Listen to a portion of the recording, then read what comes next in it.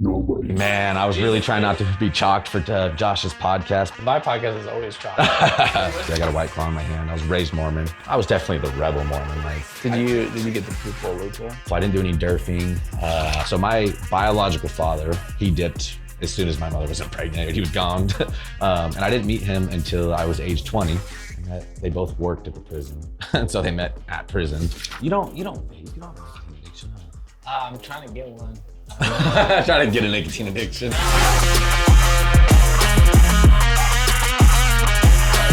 Yes. Yeah. Dude, I actually don't know. Just like start first. You rolling? Start with I have it. Cheese. Here. Salute. Get in here, bitch. Come on, Jim Shark. Thanks for coming. Cheers. Ow.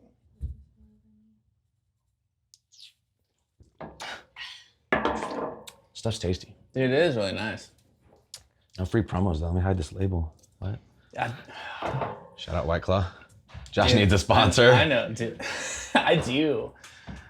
I noticed there's a Snoop something recently that he said. He was just like, dude, when we first started rapping, we were all just like chirping some big labels so they would pick us up. Right. And then when we blew up, they blew up, but they never gave us like anything.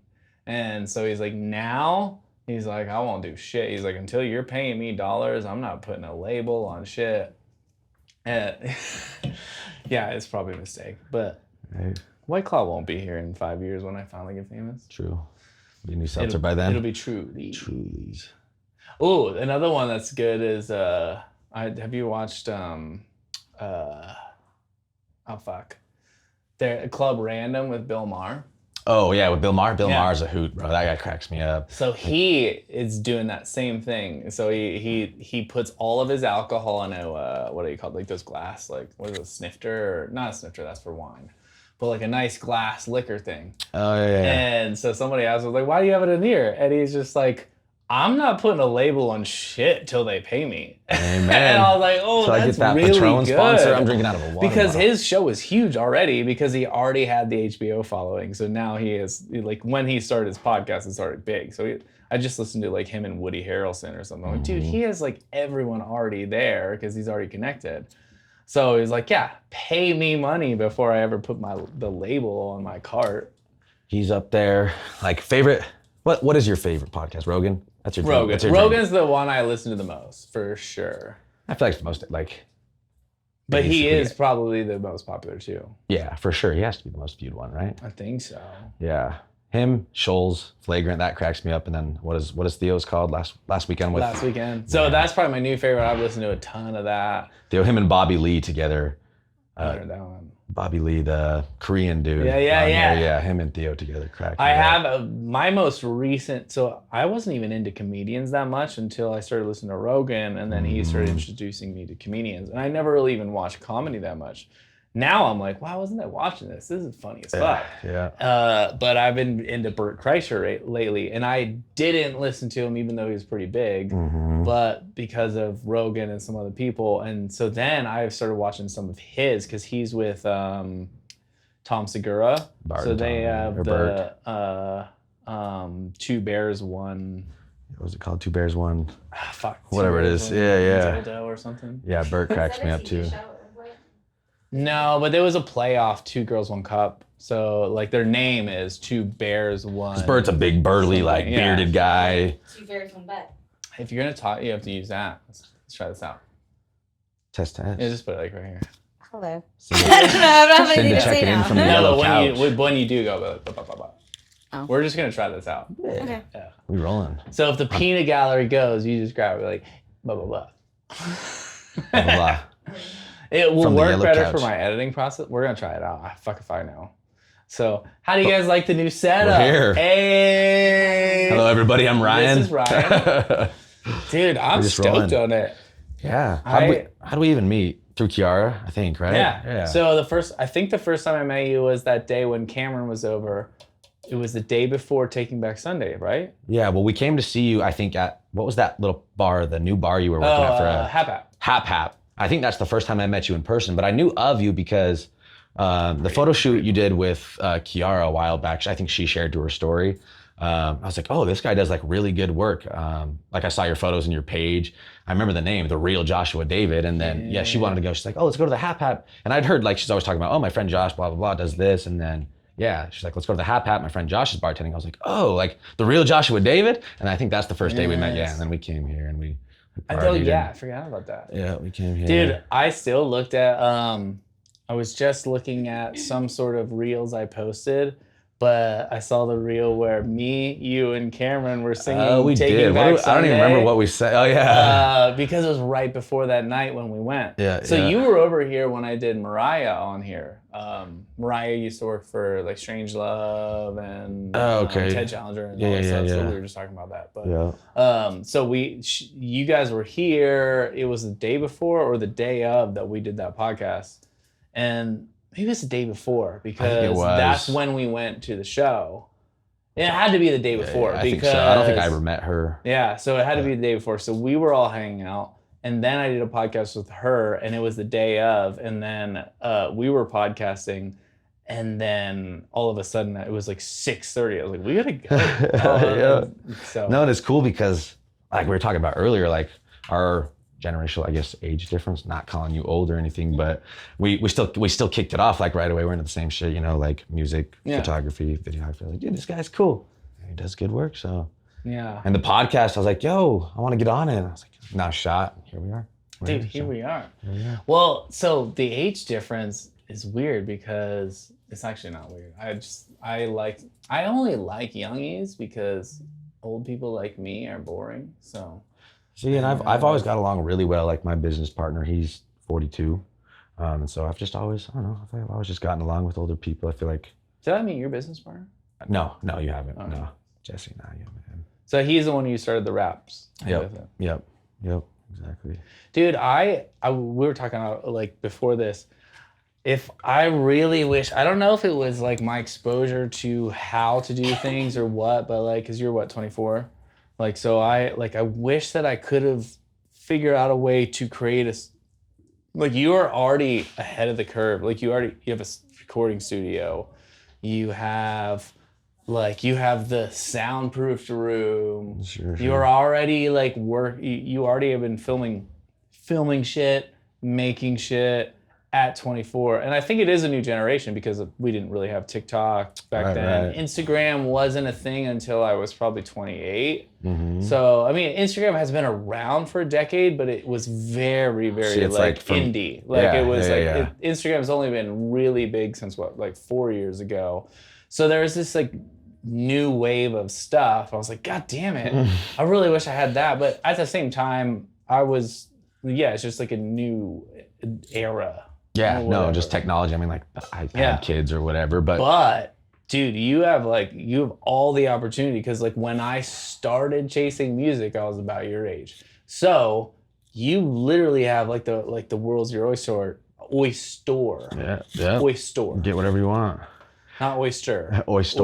Okay. It's like a store of oysters. You take whatever you want. No, that's what I was saying. It's like YouTube University. Like you couldn't. You know what I mean? You couldn't look up stuff on, like, how do I make a music track, record a music track on my laptop, you know, probably when you were growing up. And it's like, YouTube University, that's what I say. I mean, I learned all my graphic design skills, like all the music stuff. I guess, part of the music stuff was growing up a band nerd. Like, you know, I played piano as a kid, started guitar lessons at 8 years old. And then I played, saxophone and marching band, bassoon and concert band. So I was a band nerd. So that's where my like music background comes from. But as far as like producing music or editing videos, that was all just YouTube. Like we got free access to.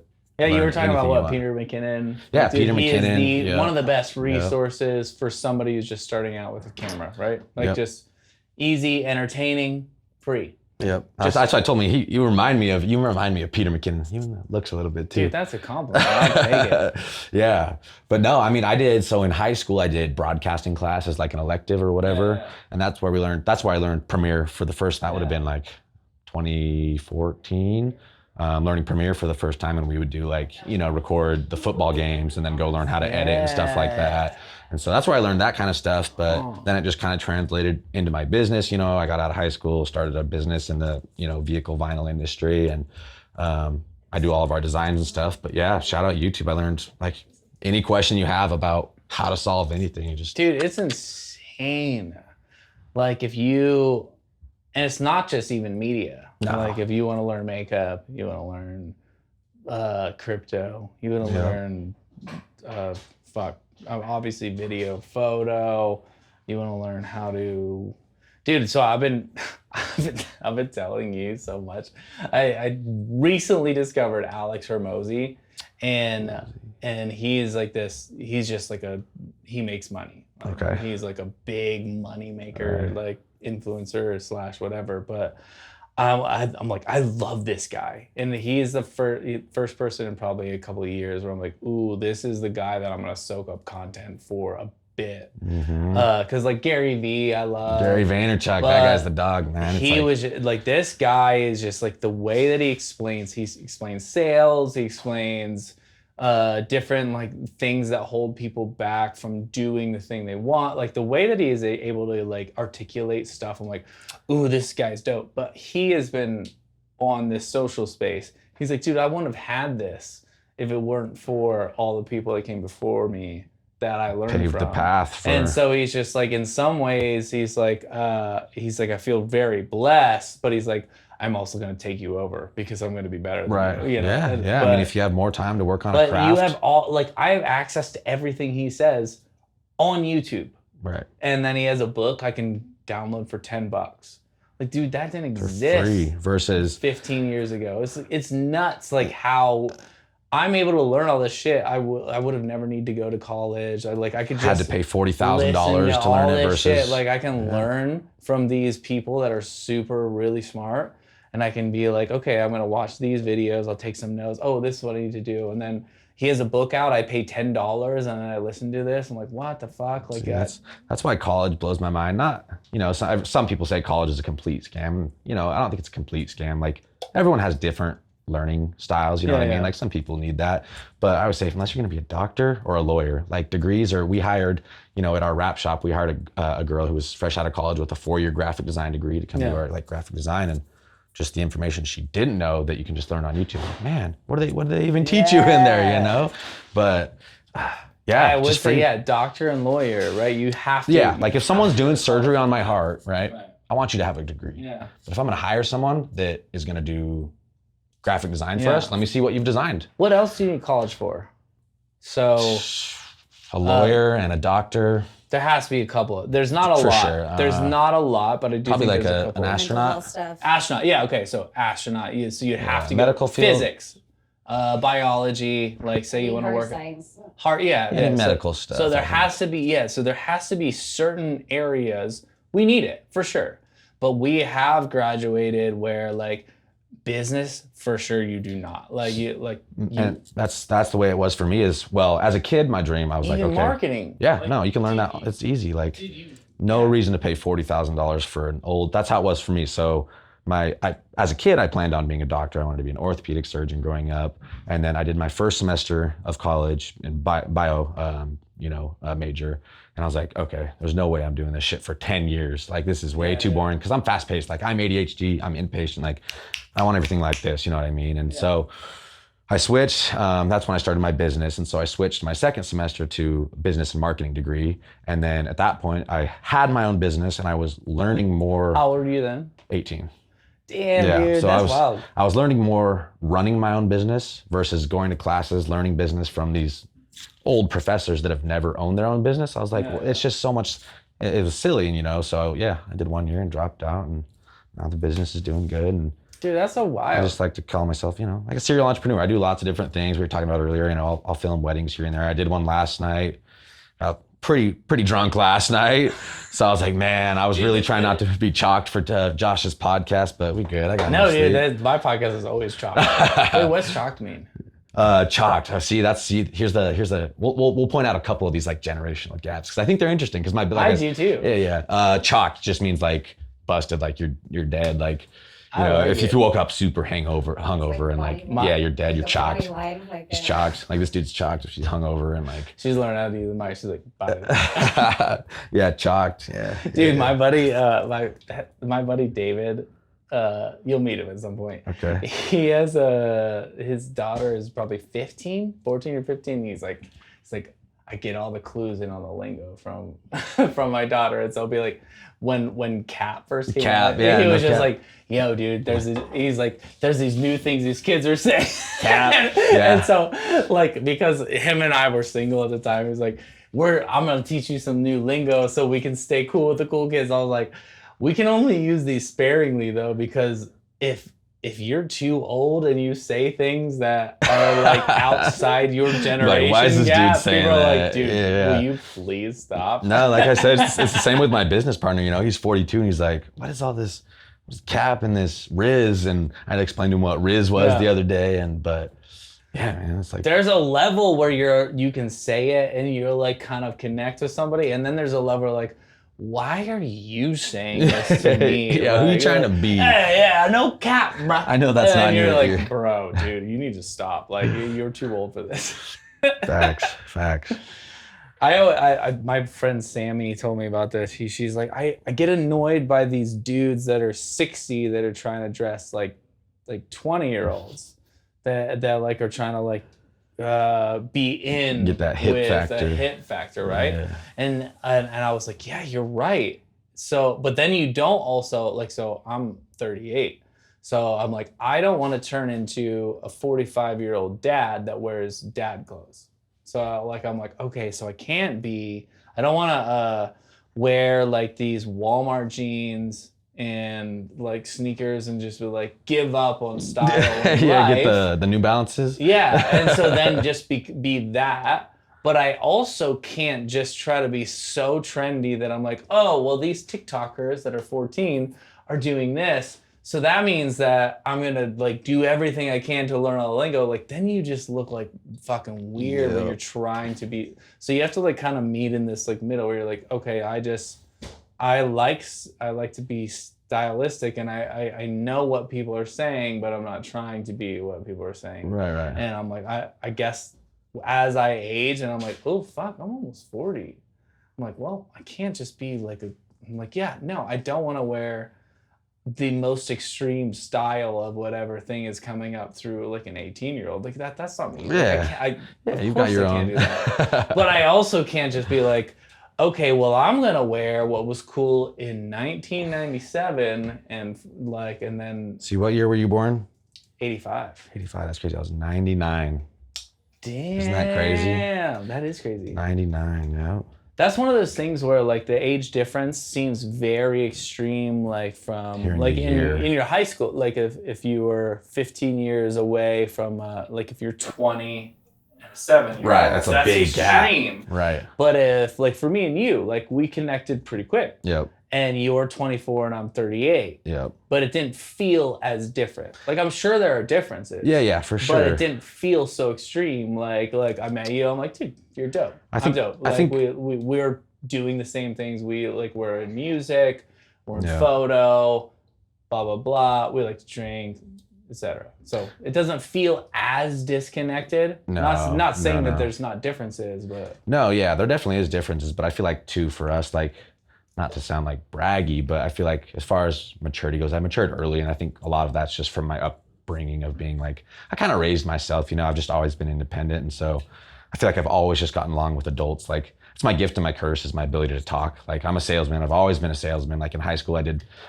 public speech will you competitions. teach me? Yeah, of course. I need to learn to sell. Of course. No, yeah. Sales is my, you know, my gift and my curse. I could talk my way into or out of anything. So it's, yeah, it can Dude, be, and it gets me in also- trouble, but Also, what like probably to that point, I'm the opposite. I am immature for my age, and I didn't figure shit out till I was at least 25. Sure. And so I'm just like, dude, I'm like, I feel like a noob in a lot of situations Yeah. because of my upbringing. So I wasn't independent. So I'm like, fuck, I still feel like I was like 33, and I'm like, I don't know what the fuck I'm doing. Yeah, well, and don't get me wrong. Obviously, you know, there's a whole lot of shit I don't know, and you know, just having more time and like of life experience. You obviously you just build wisdom as time goes. And like, I'll admit, like, there's tons of things that I'm lacking in, but yeah, as far as like, I don't know, just the ability to talk to people in business and network, that sort of stuff I learned really early. I was just always like an entrepreneurial kid. Like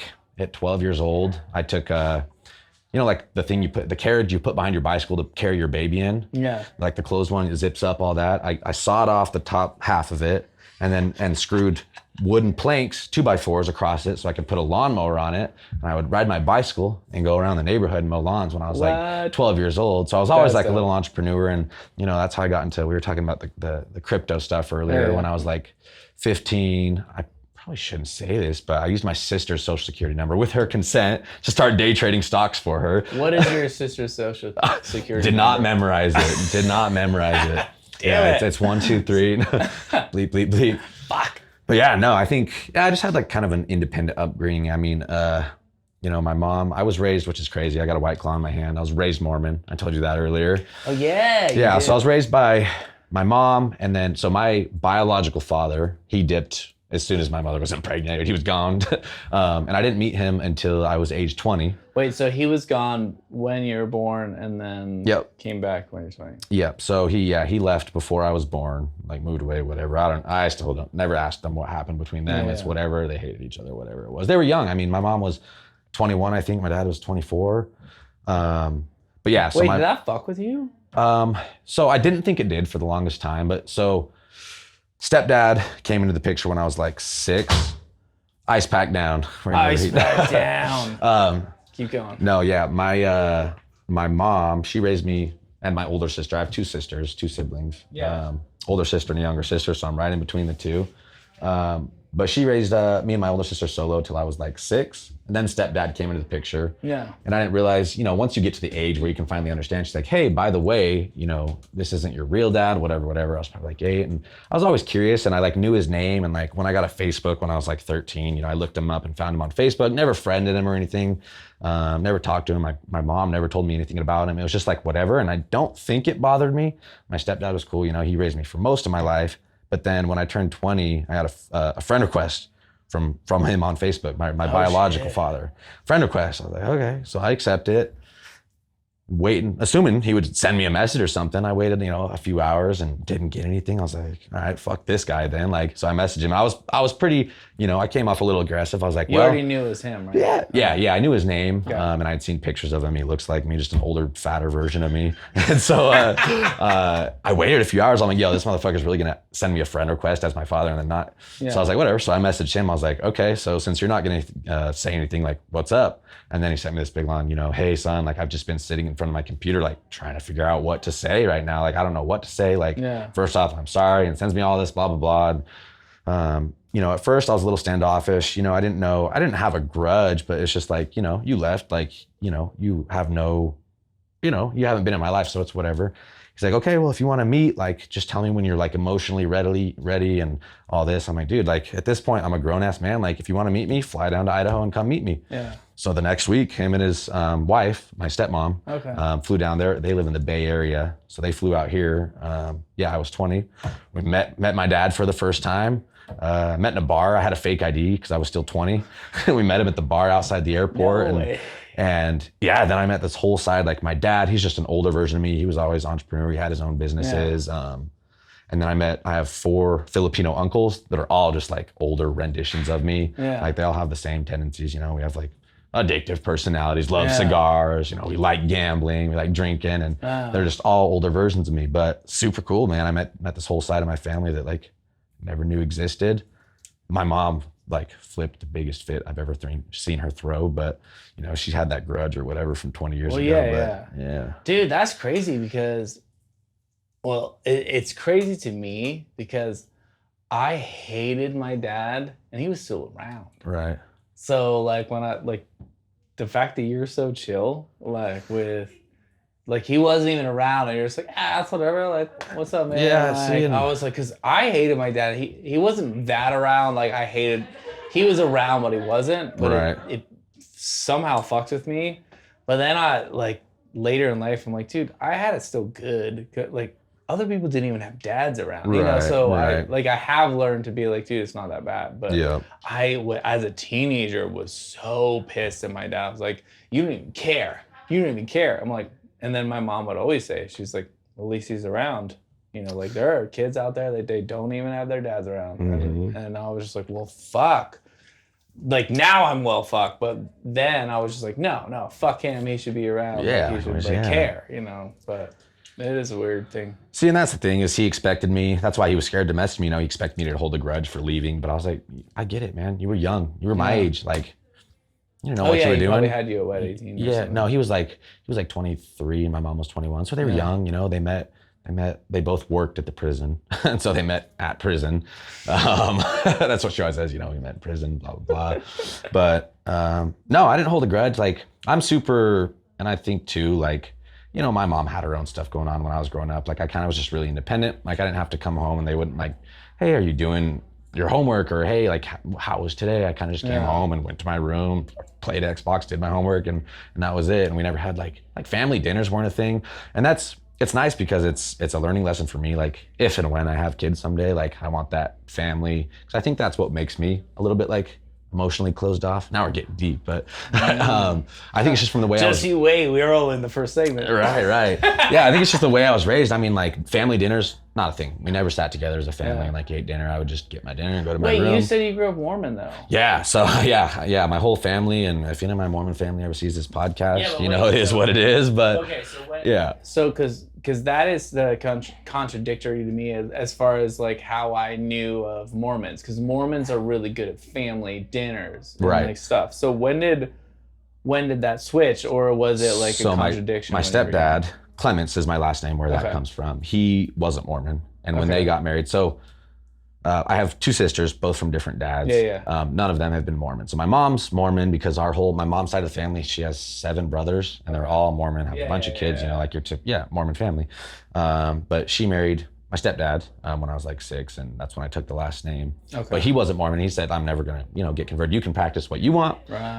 So yeah, I was Mormon until, you know, and technically I'm still Mormon. I haven't stepped foot in a Mormon church for at least 5 years, but yeah. Wait, can I see your undergarments? No, I'm not married. So yeah, the super underwear, no, I don't have those yet. I never got married. Wait, you only wear them when you're married? Yeah, so when you get, man, I can tell you so, I thought they wore them all the time anyway. No, once once you get married, they're, I don't even remember what they're called now, garments, the garments. And it's basically like, Okay, I had friends that told me, but they were married, so I didn't realize it was only married. You get the white underclothes. Yeah, there's a lot of stuff about, so that's, I was raised Mormon, and like, I was definitely the rebel Mormon. Like, you know, I started drinking and smoking when I was like 15 or whatever, but Did you get the POOPHOLE loophole? I did not get the POOPHOLE loophole. I didn't do any derfing. No, none of that. No derfing? No derfing. I don't even know what derfing is. Derfing.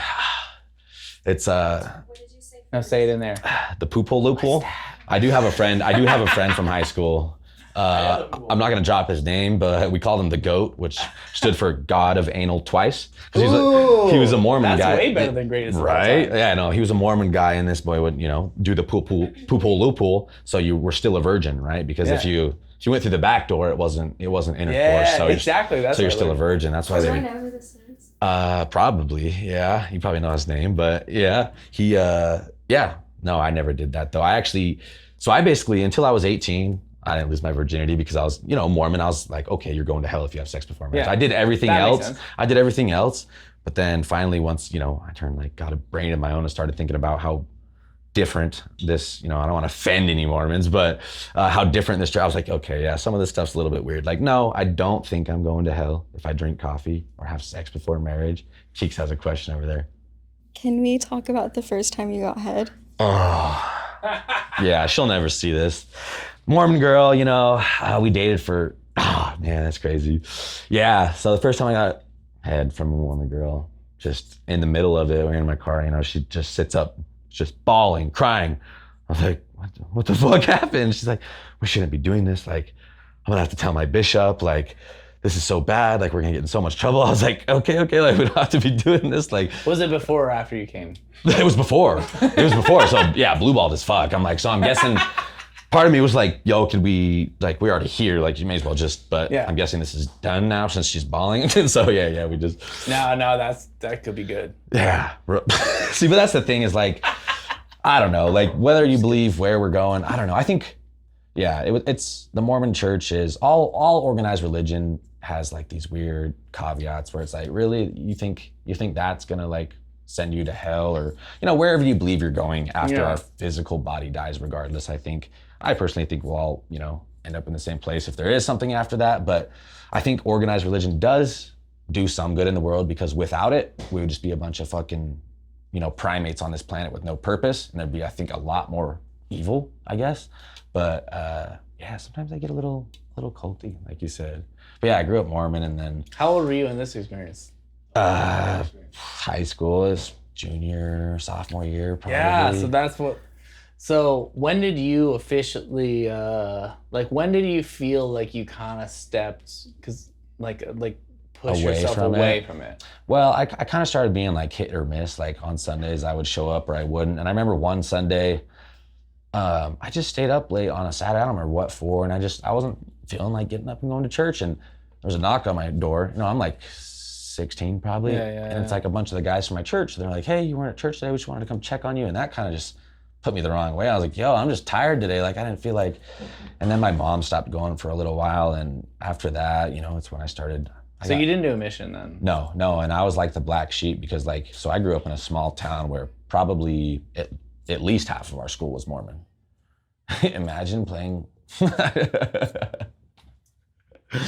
I grew up in a small town where at least half our school was Mormon. Yeah. And all the guys I grew up with my age, they all went on their missions. But by that time that I was 17, 18, you know, I had a scholarship to go to Boise State. Okay. And I didn't want to put that off. And I just, I was like the only one of my friends, even like all my cousins, like I said, my mom's got 7 siblings. And I was the only one of my cousins. They all went on their missions, all got their Mormon wives. And I'm kind of the black sheep of the family. Bro. And I showed it, you know, like I said, this podcast, whatever, if anyone hears it, finally, you know, because how long can you pretend for, you know? So my Mormon cousin got married this summer in July, and all my family was there, and I was one of his groomsmen, so we had to do our groomsman entrance, and me and the bridesmaid I was with, we wanted to do, we rode out on like Razor scooters, and then we had tequila shooters, and we pulled them out and take a shot, and I was I messaged my mom, because me and my mom are like pretty open now, like she knows I drink and all this stuff, and it's Does she know that you don't believe in? Yeah, she knows I haven't been to, you know, she'll always tell me every once in a while, she'd be like, "Oh, well, like maybe you'd have a girlfriend if you went back to church and found a nice Mormon girl." I'm like, but no, she knows, like, she finally knows I drink and like don't go to church, and it's whatever. But yeah, at my cousin's wedding, you know, I took the shot and all my Mormon family was there. I was like, you know, how long am I gonna pretend for? So they know now, but it's whatever. That's one thing about them too, though, is like, you just feel judged because you get taught at such a young age, like if you drink or you do this, like, it's game over, it's GG's, like you're not going, you know what I mean? But yeah, it's like, no, I'm not going to hell for drinking a White Claw. Bro, when I left, that's crazy. So I was curious of that, if you're like, so I was curious if your mom knew, and then if your friends knew. And obviously there's levels of like kind of shifting away. Yeah. Because I shifted away really hard, but like I was very cultish. Baptist, but it was, I mean, in all definitions of the word, we were a cult. Like, we are very, very cultish. Yeah. And so you recruit people. When I started to have my doubts, it took me like 2 or 3 years to work through everything, and it was like exhausting. And I was just like, fuck, dude, because a lot of guilt comes with it too. A lot of guilt, a lot of like, also I was just terrified because all I knew was, if I do this, I go to heaven, and if I do this, I go to hell. And that was my entire worldview. And then when I stepped outside, I was like, wait, what the fuck? I don't know what to do in my life. Like, all I ever knew was I wanted to like be a good Christian man with a wife and kids and serve Jesus. And then that all got taken away from me with my own doubts of like, I don't know if this is true. I was like, it was like this frame of reference that just got the rug got pulled, sort of thing. So it took me like 3 years to be like, I think I need to tell my family that I don't believe this anymore. But it was like this like long period. But then I did end up telling my family, hey, so the thing that we all believe in from 0 to 19 or whatever. Like I don't think that's true. And I like telling my parents was like most difficult. But even my sisters and brothers, I still believed. I was like, hey, Right. so you know how we believe that Jesus died on the cross for our sins? Yeah, I don't believe that anymore. I don't actually think that happened. And they're like, wait, what? Well, yeah, it was really, Start really. citing Bible verses. I was like, fuck. Like it was a very hard like shift. No, I mean, but now, like, yeah, it's been a decade since I've done that. Right, but right. it was very weird. So I was just curious when. Yeah, no, probably when I was like 16, I started to kind of think independently and actually analyze, like, this church was started by a 14-year-old kid who found a book of plates that no one else could see. Yeah. I don't want to trash more. But anyway, when I was 16, I was like, started thinking on my own and all that sort of thing. And then, man, that was when I kind of just went like, I found my inner degenerate, I guess. I got hired at Dutch Bros. I worked there for 2 years in high school, and that's when I started like smoking weed and drinking. And dude, those Dutch Bros kids, they are the devil. It got me, man. Like, so Popped up like caffeine. Dude. Well, and caffeine is sinful. That is the one thing that is weird to me because, like, obviously we drank caffeine. Well, not obviously, but we drank caffeine in the Christian religion. But the Mormons, do they still think that caffeine is? So it's bad like anymore? it's kind of. Some people say it's because they say no addictive substances. Because it is addictive. Right, 100%. But they also say, caffeine originally was coffee and tea. Yeah. Because in our what they call the word of wisdom, they say that hot drink is not for thy belly. Right. So technically, hot chocolate, anything hot they said hot drink is not for the belly. But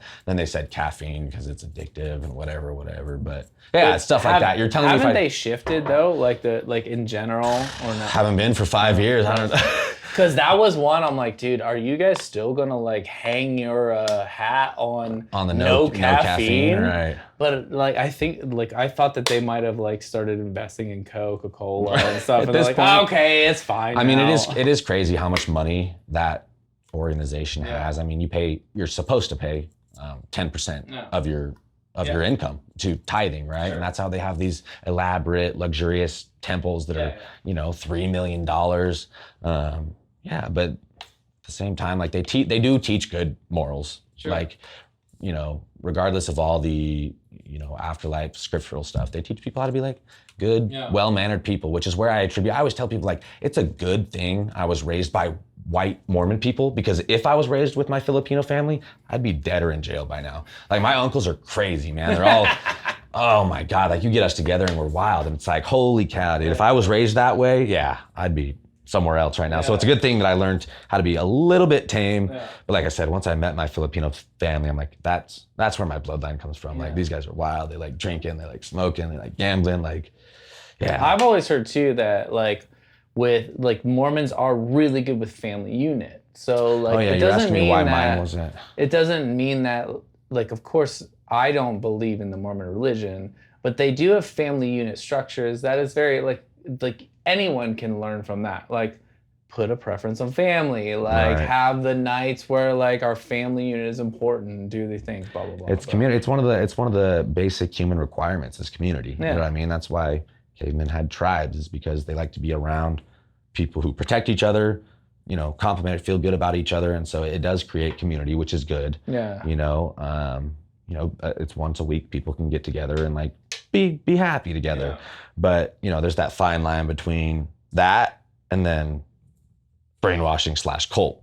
It's like, you got to find that fine line somewhere. But and I don't know what happens after we die. No one knows, right? We don't know, but I think karma. I do believe in karma. I think karma is a good thing, like just being a good person, and the golden rule, man. It's like be a good person. It's not that hard. Dude, I gotta piss. Yeah, piss break. Let's go.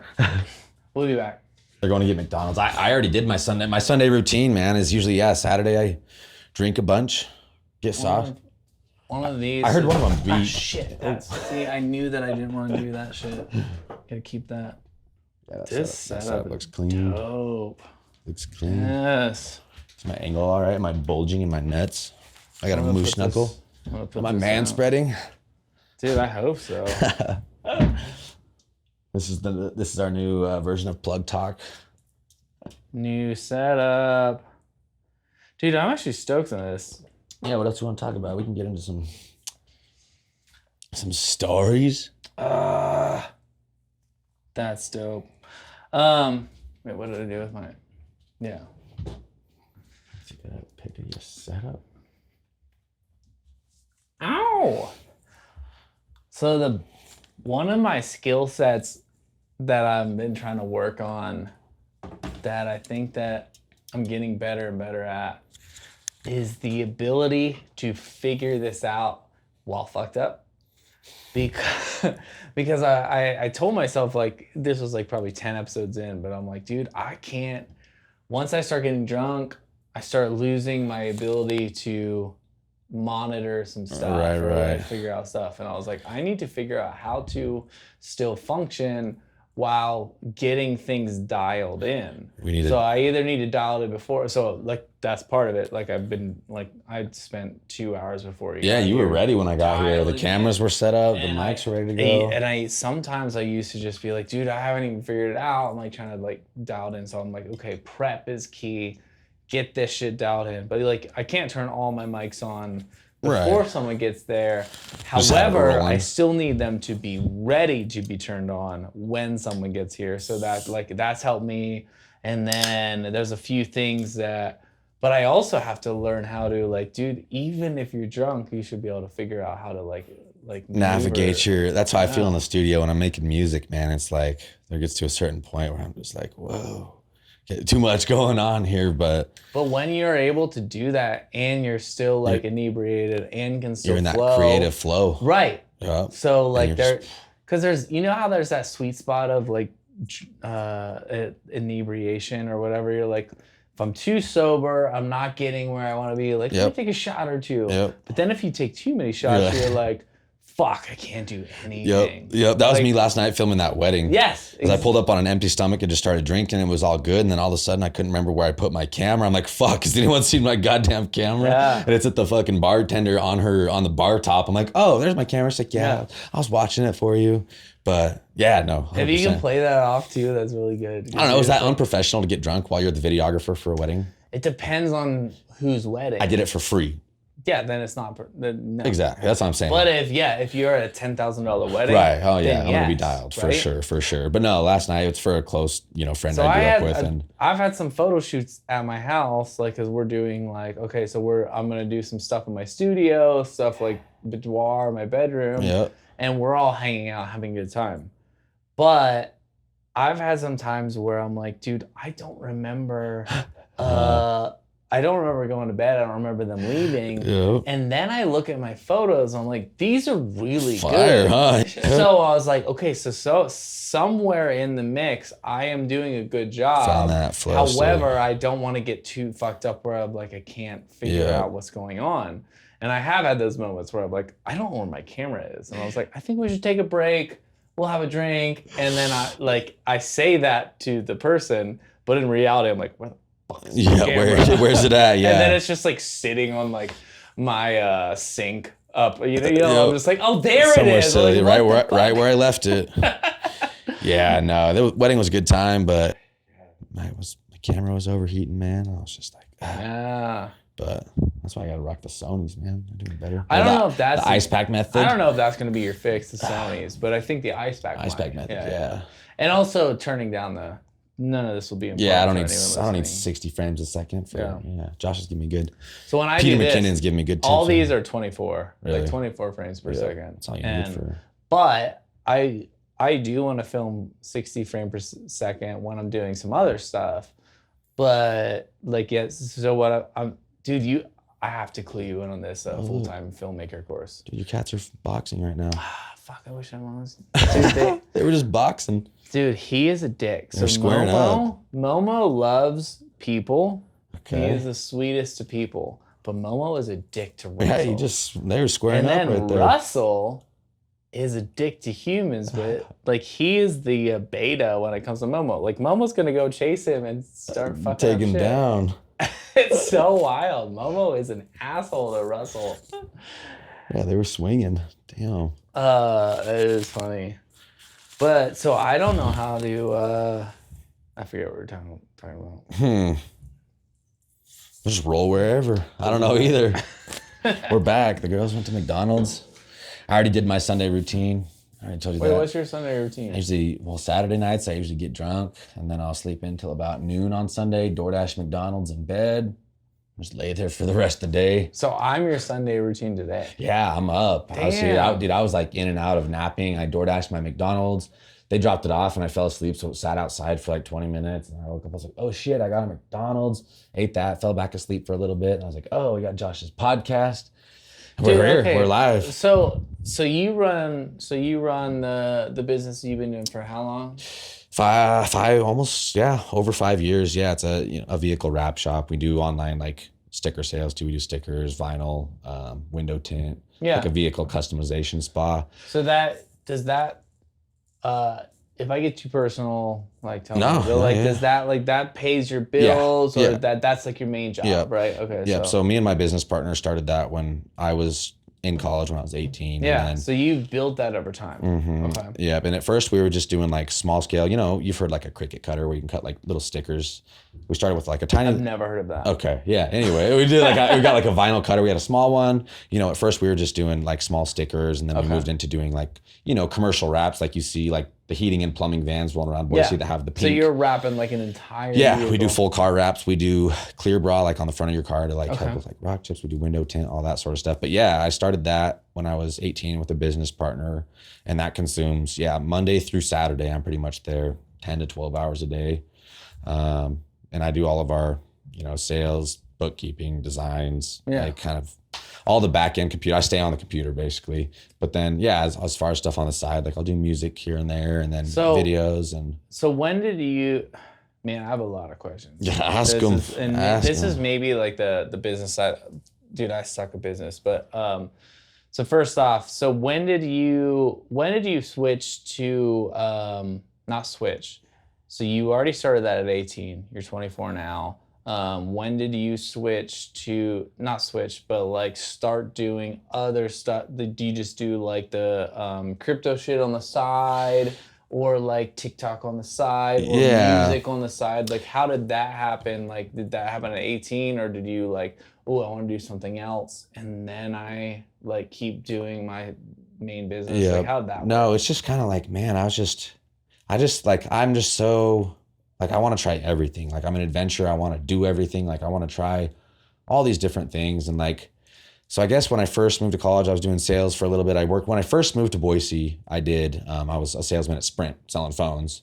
And I was their top salesman, and I was getting paid like shit. So I was like, fuck this. So I went out of there, did some telemarketing sales for a while. And then that's when I started the business. And at that point, like, don't get me wrong, the first 2 years of our business, there was no net profit. Like, we were scraping by. I was door dashing. I used to door dash on the weekends to get an extra couple $100 to pay my rent. I was charging Lime scooters. The electric scooters you ride downtown. You could become a juicer, is what they call them, and you pick them up, take them home, charge them, drop them off in the morning. You get paid like. So wait, did your business partner do this as well? No. This was just me, because the business, we were making sales, but we were not making like net profit. You know what I mean? It was just small, and so. He had his own situation. He lived in our shop. It had a room in it and everything. So he chilled there, but I had a car payment. I had rent. At the time I drove a 2-door Honda Civic Coupe, and I was charging Lime scooters. I could fit 8 scooters into my trunk if I laid my seats down. So I'd go pick up 8 Lime scooters, charge them, have to drop them off by 7 a.m., $3 a scooter. So I'd make $24 a night just to go spend 2 hours charging these Lime scooters. And I would DoorDash on the weekends because I needed money to pay rent. Dude. And like, I grew up like, my mom makes good money. She's a nurse practitioner, but I would never want to ask her, you know what I mean, to help me. She would, like, if I asked, but I did what I could. And so, the first couple of years we like DoorDash, charging. So this is my question, beyond like, so I just quit the bar in December and have gone into full-time photo video in this space, and it's really hard. You already know. Yeah. And like, I did this way later than you did, but I'm at like, this is really wild because like you said, it took you 2 years and you're doing everything you can to pay the bills, like charging shit. Like, here's what I'm struggling with right now, because I'm only about 10 months in and I have feelings of like, dude, you should just quit and do something else. Right. So what kept you in that? Like, cause I like, and I'm not going to quit, but I feel the feeling. Right. So Oh, I'm yeah. like, fuck, dude, I maybe should have stayed at the bar, or like maybe like as a dude, I'm broke. I don't like. I'm trying to figure out how to make my business work, and so you experience that if you're just like, where do I get money? 100%. So what kept you in? Like what did that for you? That's fucking nuts. I mean, I think number one is I have a natural like drive and ambition to just like give everything I do my 110%. Yeah. And that also is a gift and a curse. Like when it comes to like partying or whatever, like when I party, I'm going all the way. I'm go big or go home. Like I'm in or I'm out. But there has been times where, Sure. I mean, you know, me and my business partner, when we partnered up 50-50 in 2018, like they say a business partnership's like a marriage, right? Like yeah. you guys are going to fight, you're going to disagree. And there's been times, when I was like broke, I'm like, dude, I can't even pay my rent. Like, sorry, man, I'm going to have to go DoorDash for the weekend. Like, I got to do what I got to do. Yeah.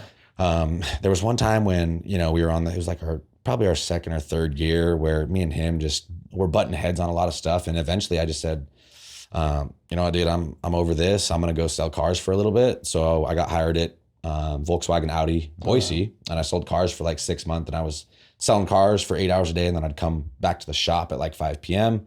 and work on the shop stuff, trying to help out where I could. But I was just kind of like, dude, like me and him were just butting heads. I was like, you know what, you figure this out. I'm going to go make some money and do what's best for me.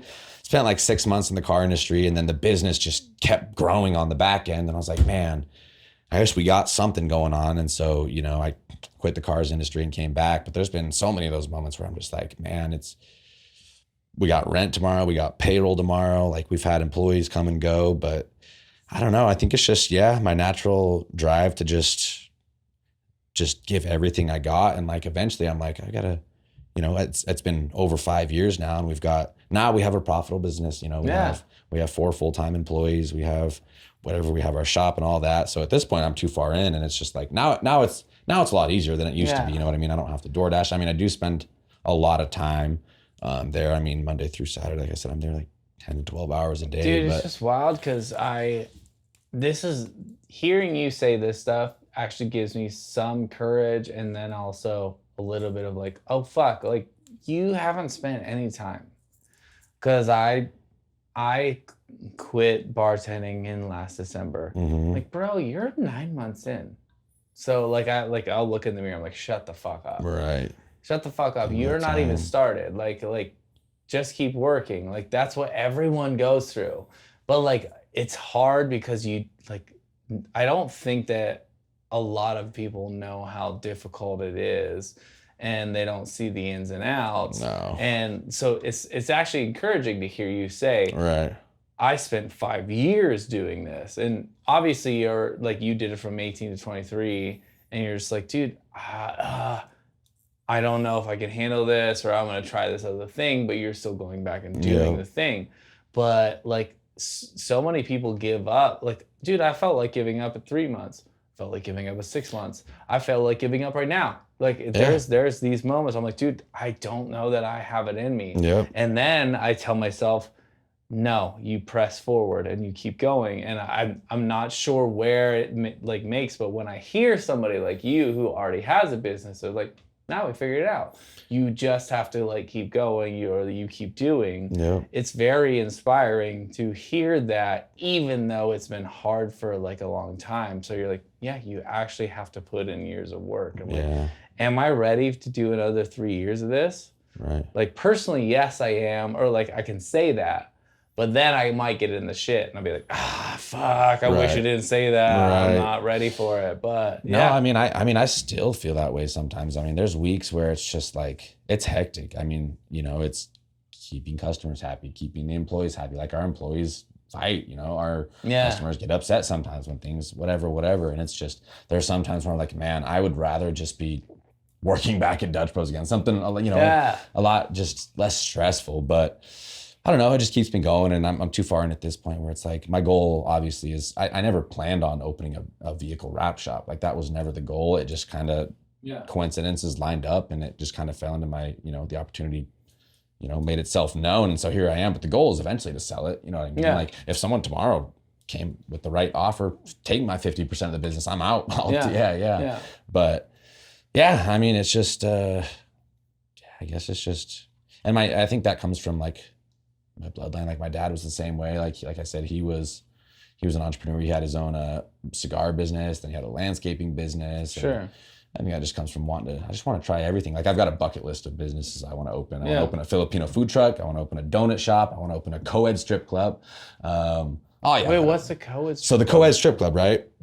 In Boise, you think there's enough gay people now for a like a male strip club? I'm not sure that there is. You don't think so?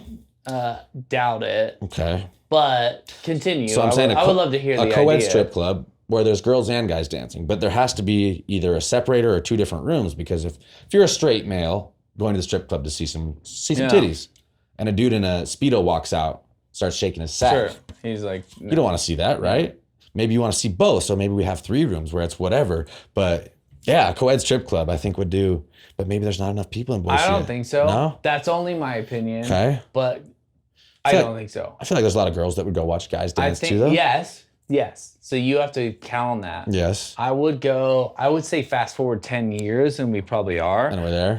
I'm not sure. Yeah. This is only my very limited opinion. Okay. No, that. Because like, so we have somewhere, which was like somewhere is a gay bar, and then we have balcony is a gay bar. Yep. So I do think we have a decent gay community, but like strip clubs already in Boise have a struggle to bring people in. Yeah. I would try this experiment out in Portland. Yeah, big city, huh? Yeah, maybe. Yeah. I could be wrong too. No, yeah, you never know.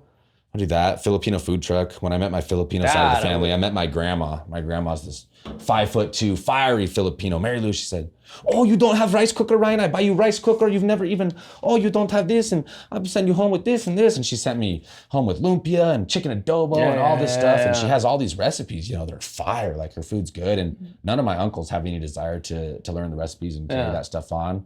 So I'm like, dude, I want a boot camp. She's like, okay, you're gonna need 2 days. You come down, bring notebook, camera, and I'm gonna record everything and blah, blah, blah. But I want to do that because the Filipino food she makes is bomb. There's no Filipino restaurants here. The closest one is 30 minutes away in Homedale, and it's whatever. But I think a Filipino food truck, a donut shop, that's on the bucket list. Bro, dude, this is what I love about you. Like, you have this creative, like this spark, and you're just like, I like that. I like that. That's the way I was growing up. I mean, I did everything. I did band, I did scouts, I did 4-H, FFA, I did sports, I did. This is my problem with being successful, is because I like a lot of things and then I keep like getting distracted. I'm like, ooh, I want to do this. Yep. And I do appreciate that you have stuck with like the thing that has made you money, the company that you have built over time, but you're still doing other stuff. You're like, I also like to make videos of my crypto channel. I like to make music. And so like one of the things that drew me into you was the music side. And I was like, dude, this guy plays music, he makes beats. And I think that's... And then when I first heard that you actually owned your own business, I was like, wait, what? I was like, I liked Ryan because he was playing some tunes, and I wanted to just I was jam. like, dude, let's just jam. And then you're like, yeah, but I have to do my business. And I was like, wait, you have your own business? And this is very wild. So what's curious to me is you are a creative that has somehow figured out the business side of things, and most people don't, including me. Like, I am very creative. I have all these ideas. I can play guitar, I can do photos, I can do this. But when you talk to me about building some sort of structure on business, fuck if I know. I just get lost. So you have somehow dialed it in, and I really like that. Yeah, and I think I'm almost a little bit of the opposite of you, where you give me numbers, math problems to solve, I'll figure that shit out. But when it does come to the creative side, I do all of our graphic design, but I don't consider myself an artist. I need customers to tell me, hey, I want this logo with these colors and blah, blah, blah. You tell me I can't, that's one thing I get frustrated with, and I think it's just my ADHD and impatience, is I've always tried to draw. You give me a paper and pencil and ask me to draw something cool. I can't draw anything. I get 3 lines in, I'm like, well, this looks like shit, and I give up. You know what I mean? But I mean, maybe it's the inner Filipino in me, is you give me a math problem or numbers to sort out, I'll figure that shit out. But the creative side of things, like the video editing, I'm always like, I don't know where I want to go with this. But yeah, the business side is dude, I think that's my strong point. The creative side's, I think lacks for me, but But props. Like, you obviously have built something dope, and you're still out there filming weddings. So you obviously have a creative side. yeah, Like, yeah. there I mean, is some sort yeah, of for creative sure. side for you. And I'm Look at like, this. what? We got Crispitos. Eh. Thank you, ladies. Some what do they call this? Where is this from? Taco time. Taco time? Taco time. Oh, is this the one over there? Yeah, on Vista. What? I never go there. What is this? You want a food break? Or we just Yeah. eat this monster shit on the... I have no idea. I've never done a food break before, but wait, what are those? Someone did ask if she was my daughter one night. What? I don't know. There was this sad drunk guy who got divorced and his wife took like half of his $4 million. The fact that you know that, I'm like, this guy is like, no, he told him his whole life story. No, Like, he was just sad out there. Where were we? The Frontier Club? Yeah, and he was just like looking all sad. And I went and sat and I was like, what's up, dog? He's like, man, I'm just going through it right now. He's like probably 40.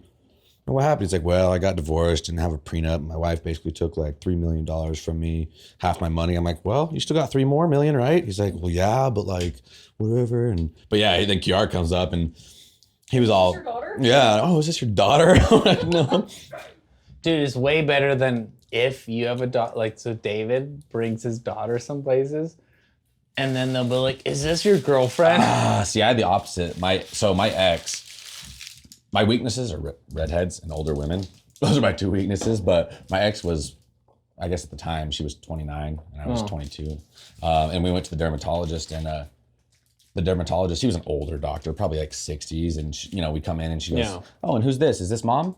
I was like, she just turns around. She was so embarrassed and pissed off. Like, she just turns around, her face all red. I was like, no, it's my girlfriend. He's like, oh, sorry, I just didn't know. And it was just like nice. Dude, that's so funny. They're like, she was pretty upset, but as much as that she sucks was for older. her, like just fucking with other people, just like, no, this is my girlfriend, and making the doctor uncomfortable. Like, oh, fuck. I was like, is this your daughter? She said, yeah. So one time me and David went to a show at El Cora, and he went down, he brought, so Nora's about 16, just braces, and they have, it's an all ages venue, but they still have a bar. So he's just like going to the bar to get like a drink, but then he's gonna get her soda water. So it's like so it is a mix of, it's not a bar. So Yeah. like there is obviously underagers there, there's kids there, etc.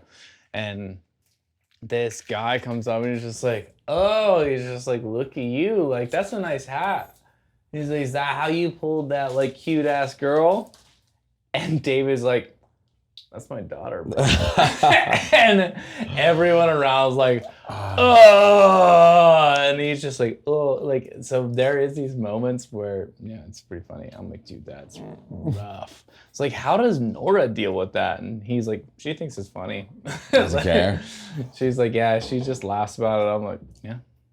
Get into one of these These Mexi tots here. creepy ass dudes that like say these things. They do be saying weird things, I do be indeed. yelling weird shit out when we're downtown. All right, salute. Took a little pee break, some taco time. Yeah. Thank you, whoever bought us taco Down. time. Oh, dude, that halacucumber.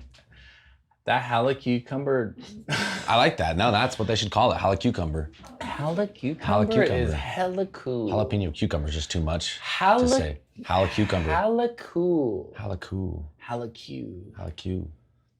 That could pretty be a good. flavor. I like We're it. here. Took another shot. Pee break. Emptied the bladder. Dude, you know the other thing that I get a little tricked out by is these White Claws that are the Sturges. So I'm like, I've just been sipping Just White Claws. just White Claws, but Yeah, no. like I've just been sipping. I'm like, oh, fuck. They're only twice as strong as the normal White Claws. Dude, I know. You're like, whoa.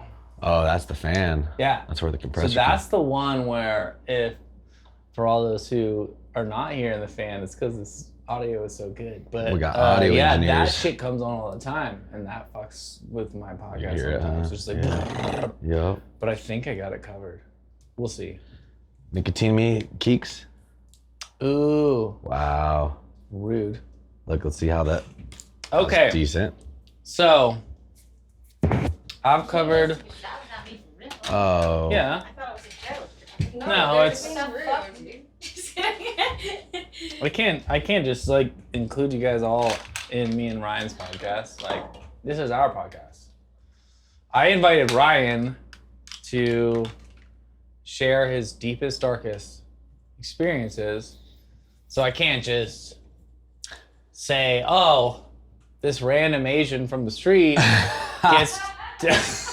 I found this white chick hitchhiking, picked her up. I definitely don't look like I was hitchhiking. No, she wasn't hitchhiking. Me and Kiara grew up together on the same street. That is Ride wild. Scooters. We used to ride scooters. Dude, too. that's crazy because, so you guys grew up in like... Small town. Yeah. And then Cinda grew up in like Weezer. Payette, Weezer. right by us. Okay. There was They're a rivals. These are really good. the Rogue Mints. How many did you just eat? No, just a half. Oh, I thought you ate like a bunch of them for some reason. Did he not just like eat like 7 of those? He's like, you're talking about me over there. I put one on my butt while you guys weren't looking. You boofed one? Yeah. Dude, that's probably crazy. Dude, you want to hear something crazy? I've never boofed anything. Actually, no, I'm going to say it anyway. Yeah. Yeah, snicketing. So, my last podcast was this guy, Rashad. And, Saw that. but what you didn't see is we did a line of Molly before we like did the podcast.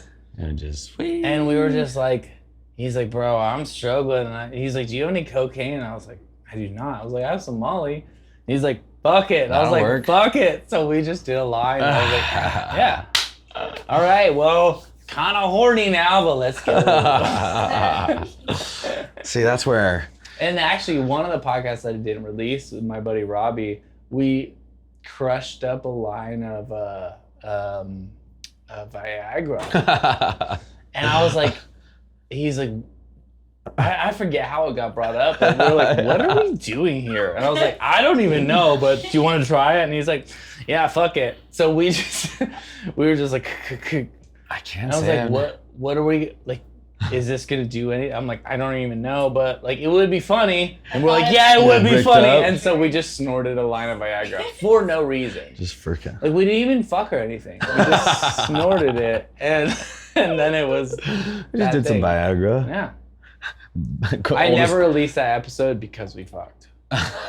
See, it's unreleased. You have to go to the Patreon and subscribe. Dude, to that. what is the one that you were telling me about? Speaking of hanging out and then fucking after the podcast. Oh, Plug Talk. Yeah, shout out Adam22, man. Him and I have to watch that. Yeah, Len of the Plug. So Him- Ivy showed me, or no, she didn't show me that, but I didn't realize that was a thing. But Ivy had told me this years ago. She's like, there's a couple that interviews a girl, and what they do is they do a podcast and then they fuck. Yeah. And then when you brought it up today, I was Yeah. like, oh, that's that one. Adam22, No Jumper podcast. Well, the podcast is called Plug Talk. Him Yeah. and Len of the Plug, which is a well-renowned porn star. Yeah. They have a podcast together. They've been married now for a while. And Yeah, but then they bring other yeah, they bring a girls girl, on. just a girl, and they have a 3-way with Yeah. the guy, and they do a podcast at first, and then They it do just the- turns into Do they fucking. keep do they still do they broadcast the video of them You have to pay fucking for it. onto a porn site? Yeah, Or it's their website. Yeah. Plug so they Talk do the Dot. podcast on like a free site. It's all together. No, it just starts as a podcast. It's on Plug Talk. You have to have a subscription, I think, and then Okay.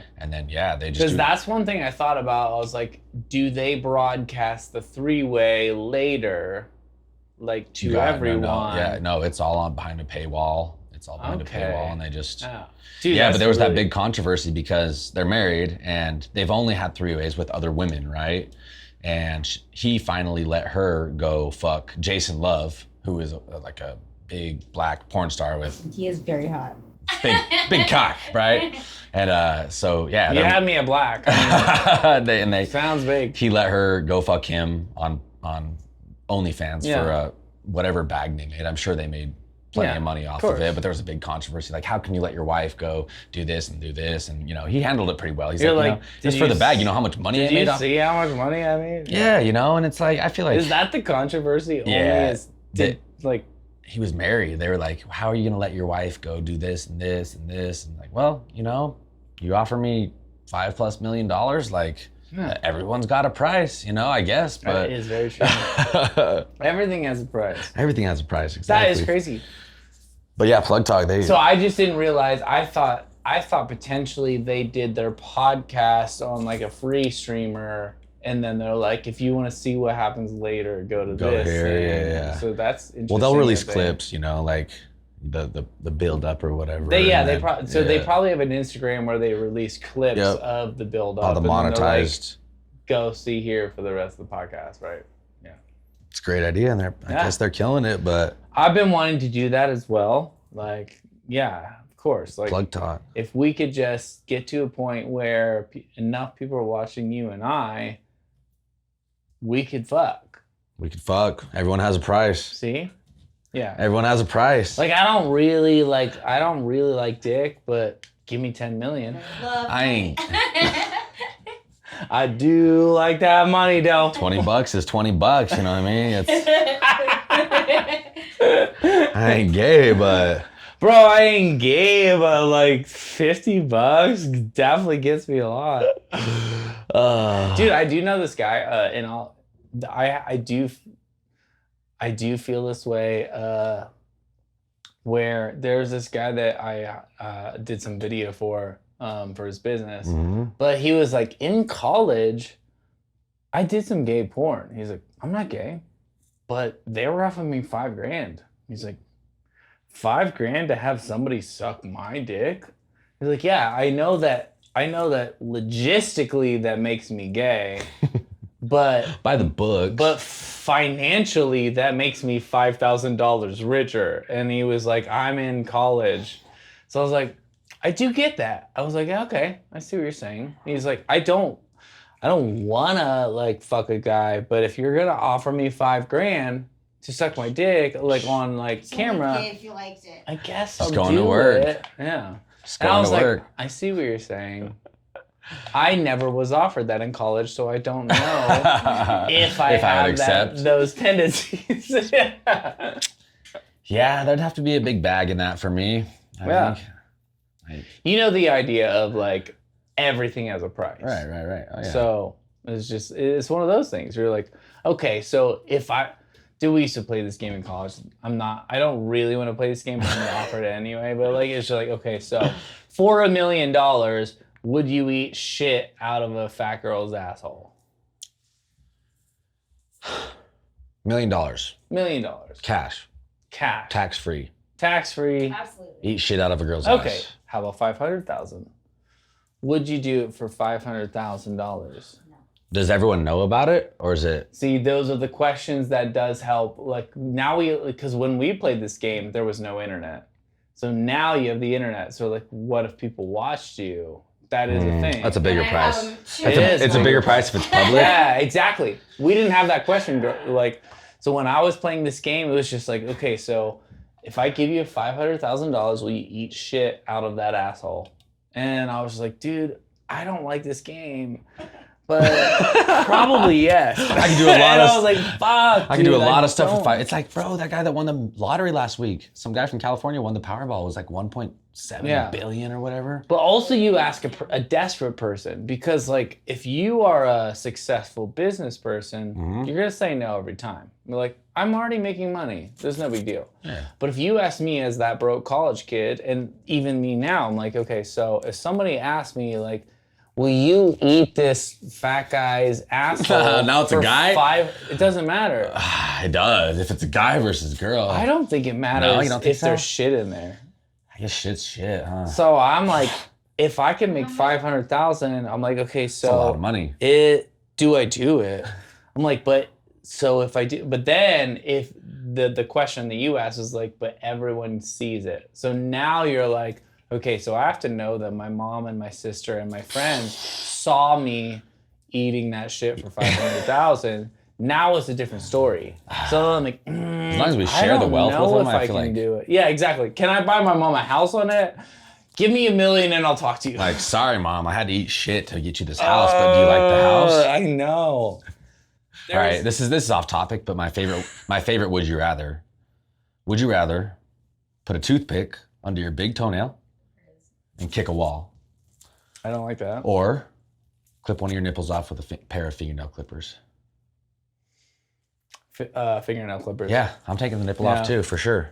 I feel like that would be the toothpick on the finger, That the just toenail. sounds horrendous, It's huh? way worse. Do we have to get card?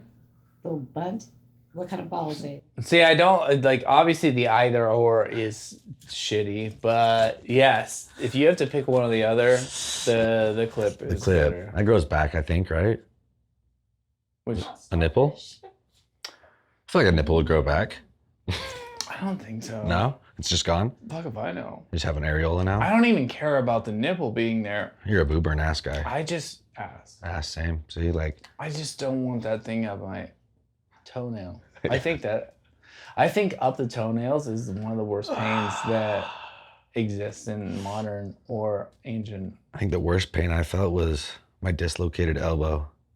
In 7th grade, I got tackled in football and I fell backwards and tried to catch myself.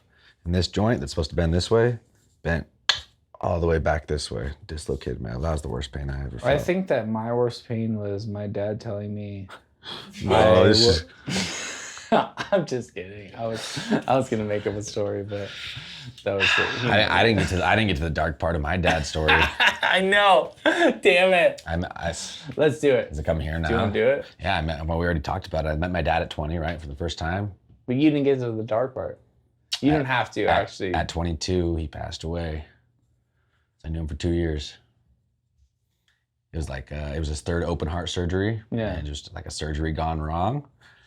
And so, yeah, it was like this double-edged sword type of deal where I had 2 years with my dad, so I didn't get to get super close. But on the other side of things, we started getting close and I wanted to get closer. Yeah. So it's like, yeah, but it was just this. You were almost 2 years too late. Right, yeah. So I'm glad that you were at least on that on time, you know? Almost. The things I just said. Yeah. No, that was the, it was kind of like this storybook moment where like I didn't know my dad for my whole life, and then I met him and I was like, man, this is where all my like personality traits and tendencies come from. And then, you know, he had that 3rd open heart surgery and it went wrong, and that was it. And then now I'm still close to my Filipino family. Like we went this summer and we did the ash ceremony. His wish was he wanted his ashes to be dumped in the ocean in Hawaii, so we went and did that. And like I'm still close with all my uncles, but they're kind of crazy, you know what I mean? Yeah. There's a couple of them. Uncle Mike, shout out Uncle Mike. He's Uncle Mike. Uncle Mike, yeah. Uncle Mike's rich. He's a smart guy, but you want to know something fucked up? This is really fucked up. I do. I can't name drop the uncles. One of my uncles was married, had 2 kids with this chick, right? They've been married for like 6 years.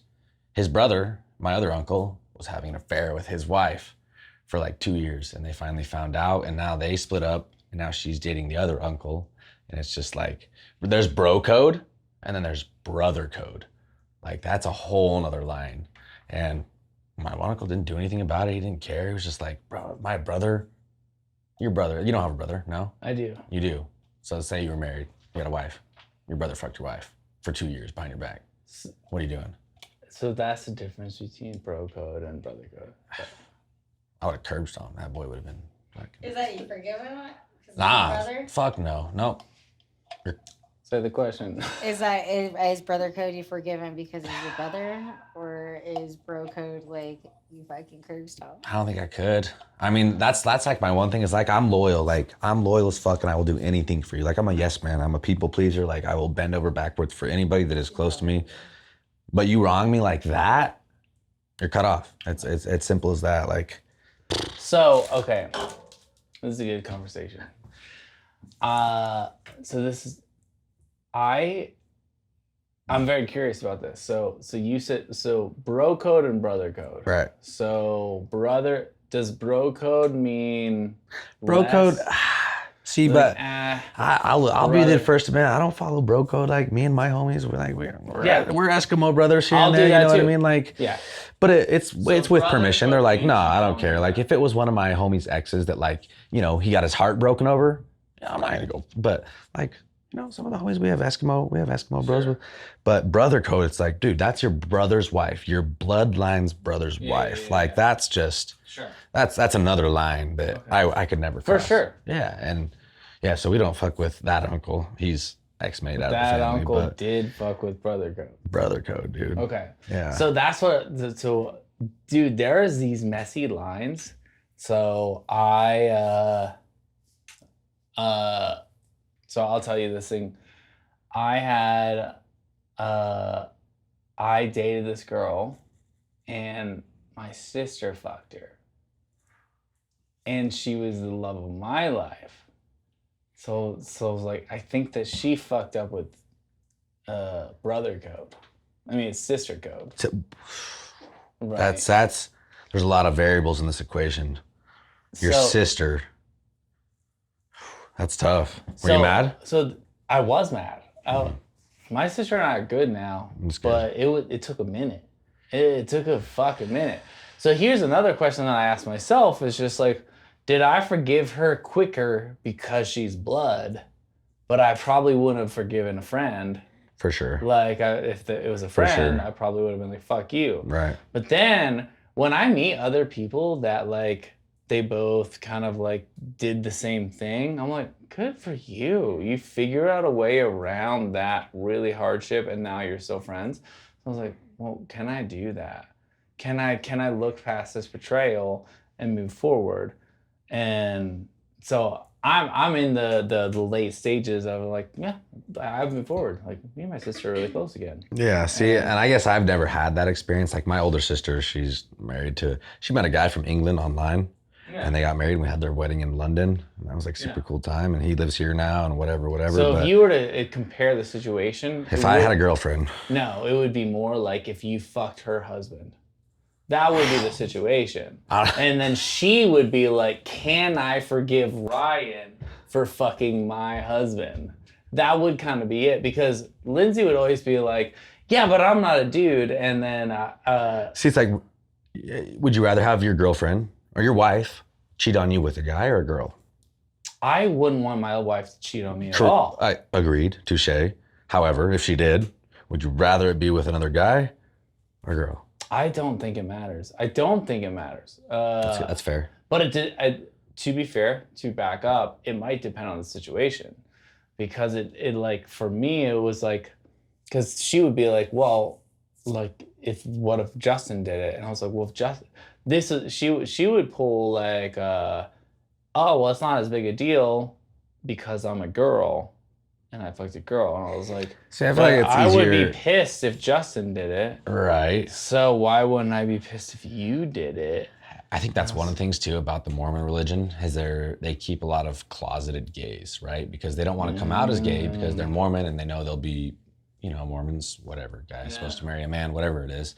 But I know a lot of Mormon friends that like grew up in high school and like they were obviously gay. Yeah. And then they covered it up because they didn't want to be shamed or whatever for being gay. And then once they get to college, boom, they finally open up and whatever. And it's like, man, there's all these people. Like I know a lot of Mormons that got married to women and then 2 years later into their marriage come out as gay and they're like, I just did this because that's what I was taught I was supposed to do to get here and here and X and X. But the truth is, I like guys. And so now I know quite a few Mormons that imagine that, being married to a woman, then she comes out, it's like, you know what? I like girls. Yeah. It's like, damn. Dude, I've heard a bunch of stories where like, oh yeah, well, what if because you are being open in your relationship, your girl leaves you for another girl? And I was like, well, that would have happened in the first place. And me and my brother have like both fooled around with the same girl. Right. And it was one of those things I'm like, dude, she would have done it anyway. Like it was like one of those things. So this is a very like I guess it would be like a a gray area topic. Yeah, it's like, case by case scenario. Yeah, it's like very case by case. Yeah, and if I were to be in love with someone and then my brother came in and fucked that person, it would hurt me. And that's what happened, but with my sister. So then I'm like, is it any different if it's my brother or my sister? I doubt it is. However, I do see this happen all the time. Like this shit has like, not that it happens for everyone, right. but there has been a million people that have had like, dude, I was dating this girl and then my best friend like had this affair with her. And then I'm like, but I still like my best friend. What do I do with this? Dude, it's complicated. It is See, I think it would be complicated as fuck. different as, like, I don't have a brother, but like, I think the forgiveness would potentially come easier if it was a family member. Cause I'm a very forgiving person. Like, I'll give people chance after chance after chance. But yeah, I think, yeah, if it was a homie, like a friend that was banging my wife, for sure, like cut off, gone. But like, if it's a brother, it's like, Hear this one out. okay. So I have a friend. Okay. And so this is one that I brought up to my sister, but so I have a friend. I used to see her when I was in San Diego. So she married this guy from the military. And they were married maybe 3 to 4 years. They started having problems. And then, so she moved back to Colorado. They were together. They started having problems. He was in the military. He came back after like a tour or something. They're having some issues. And so like some sort of disconnect happened. And so she like kind of moved out of the house. Like, so they split. They're having these complications. He starts fucking her mom. And so now she's like, what the fuck? So now not only is she like, so she's divorcing her husband. Now her husband is fucking her mom.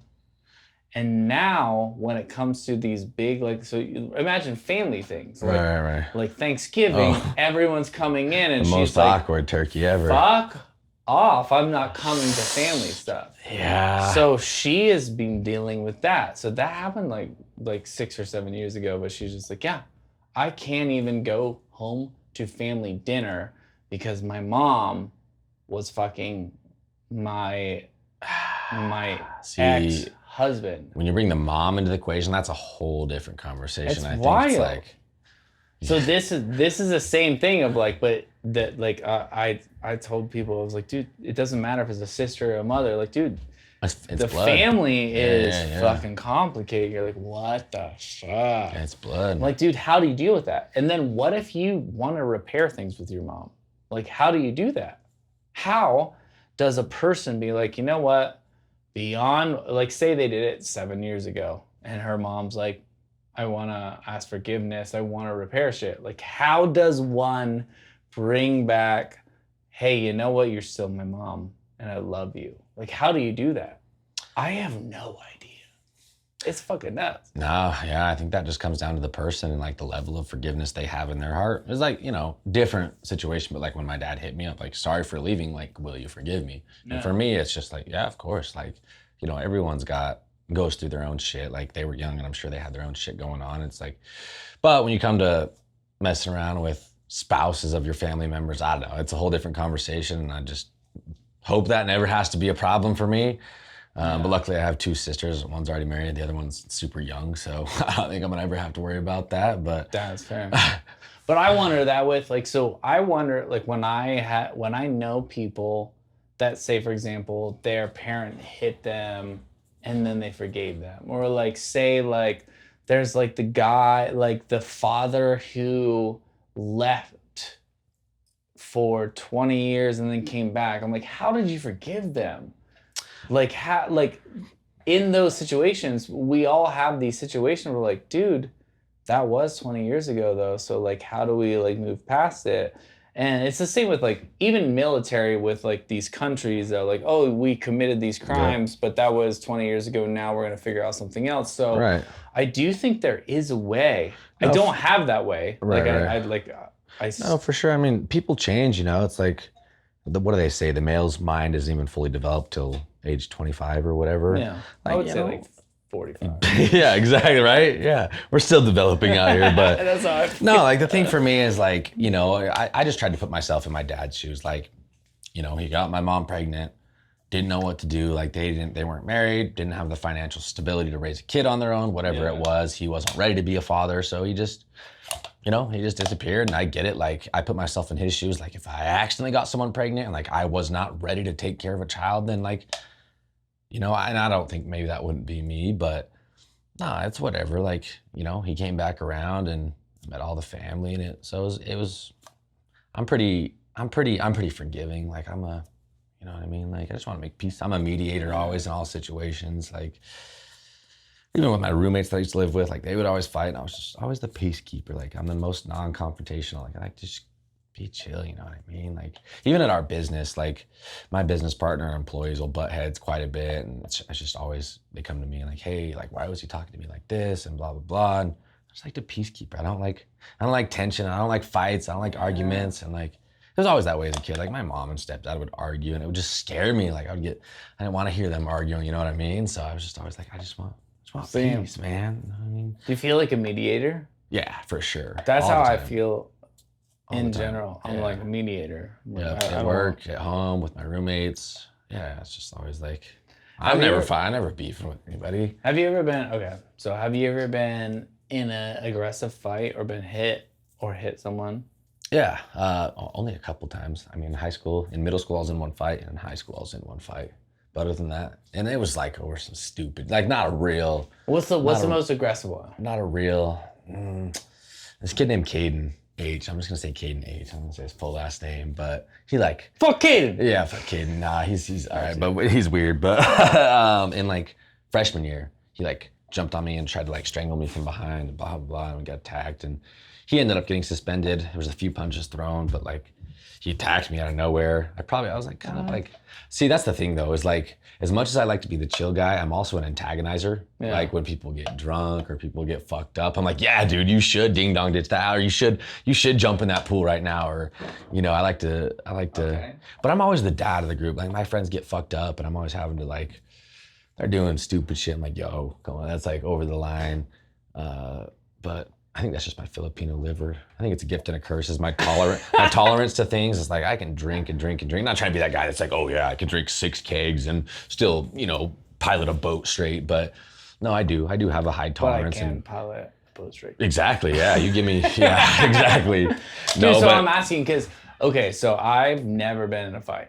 okay, And I am somewhat of a pacifist. yeah.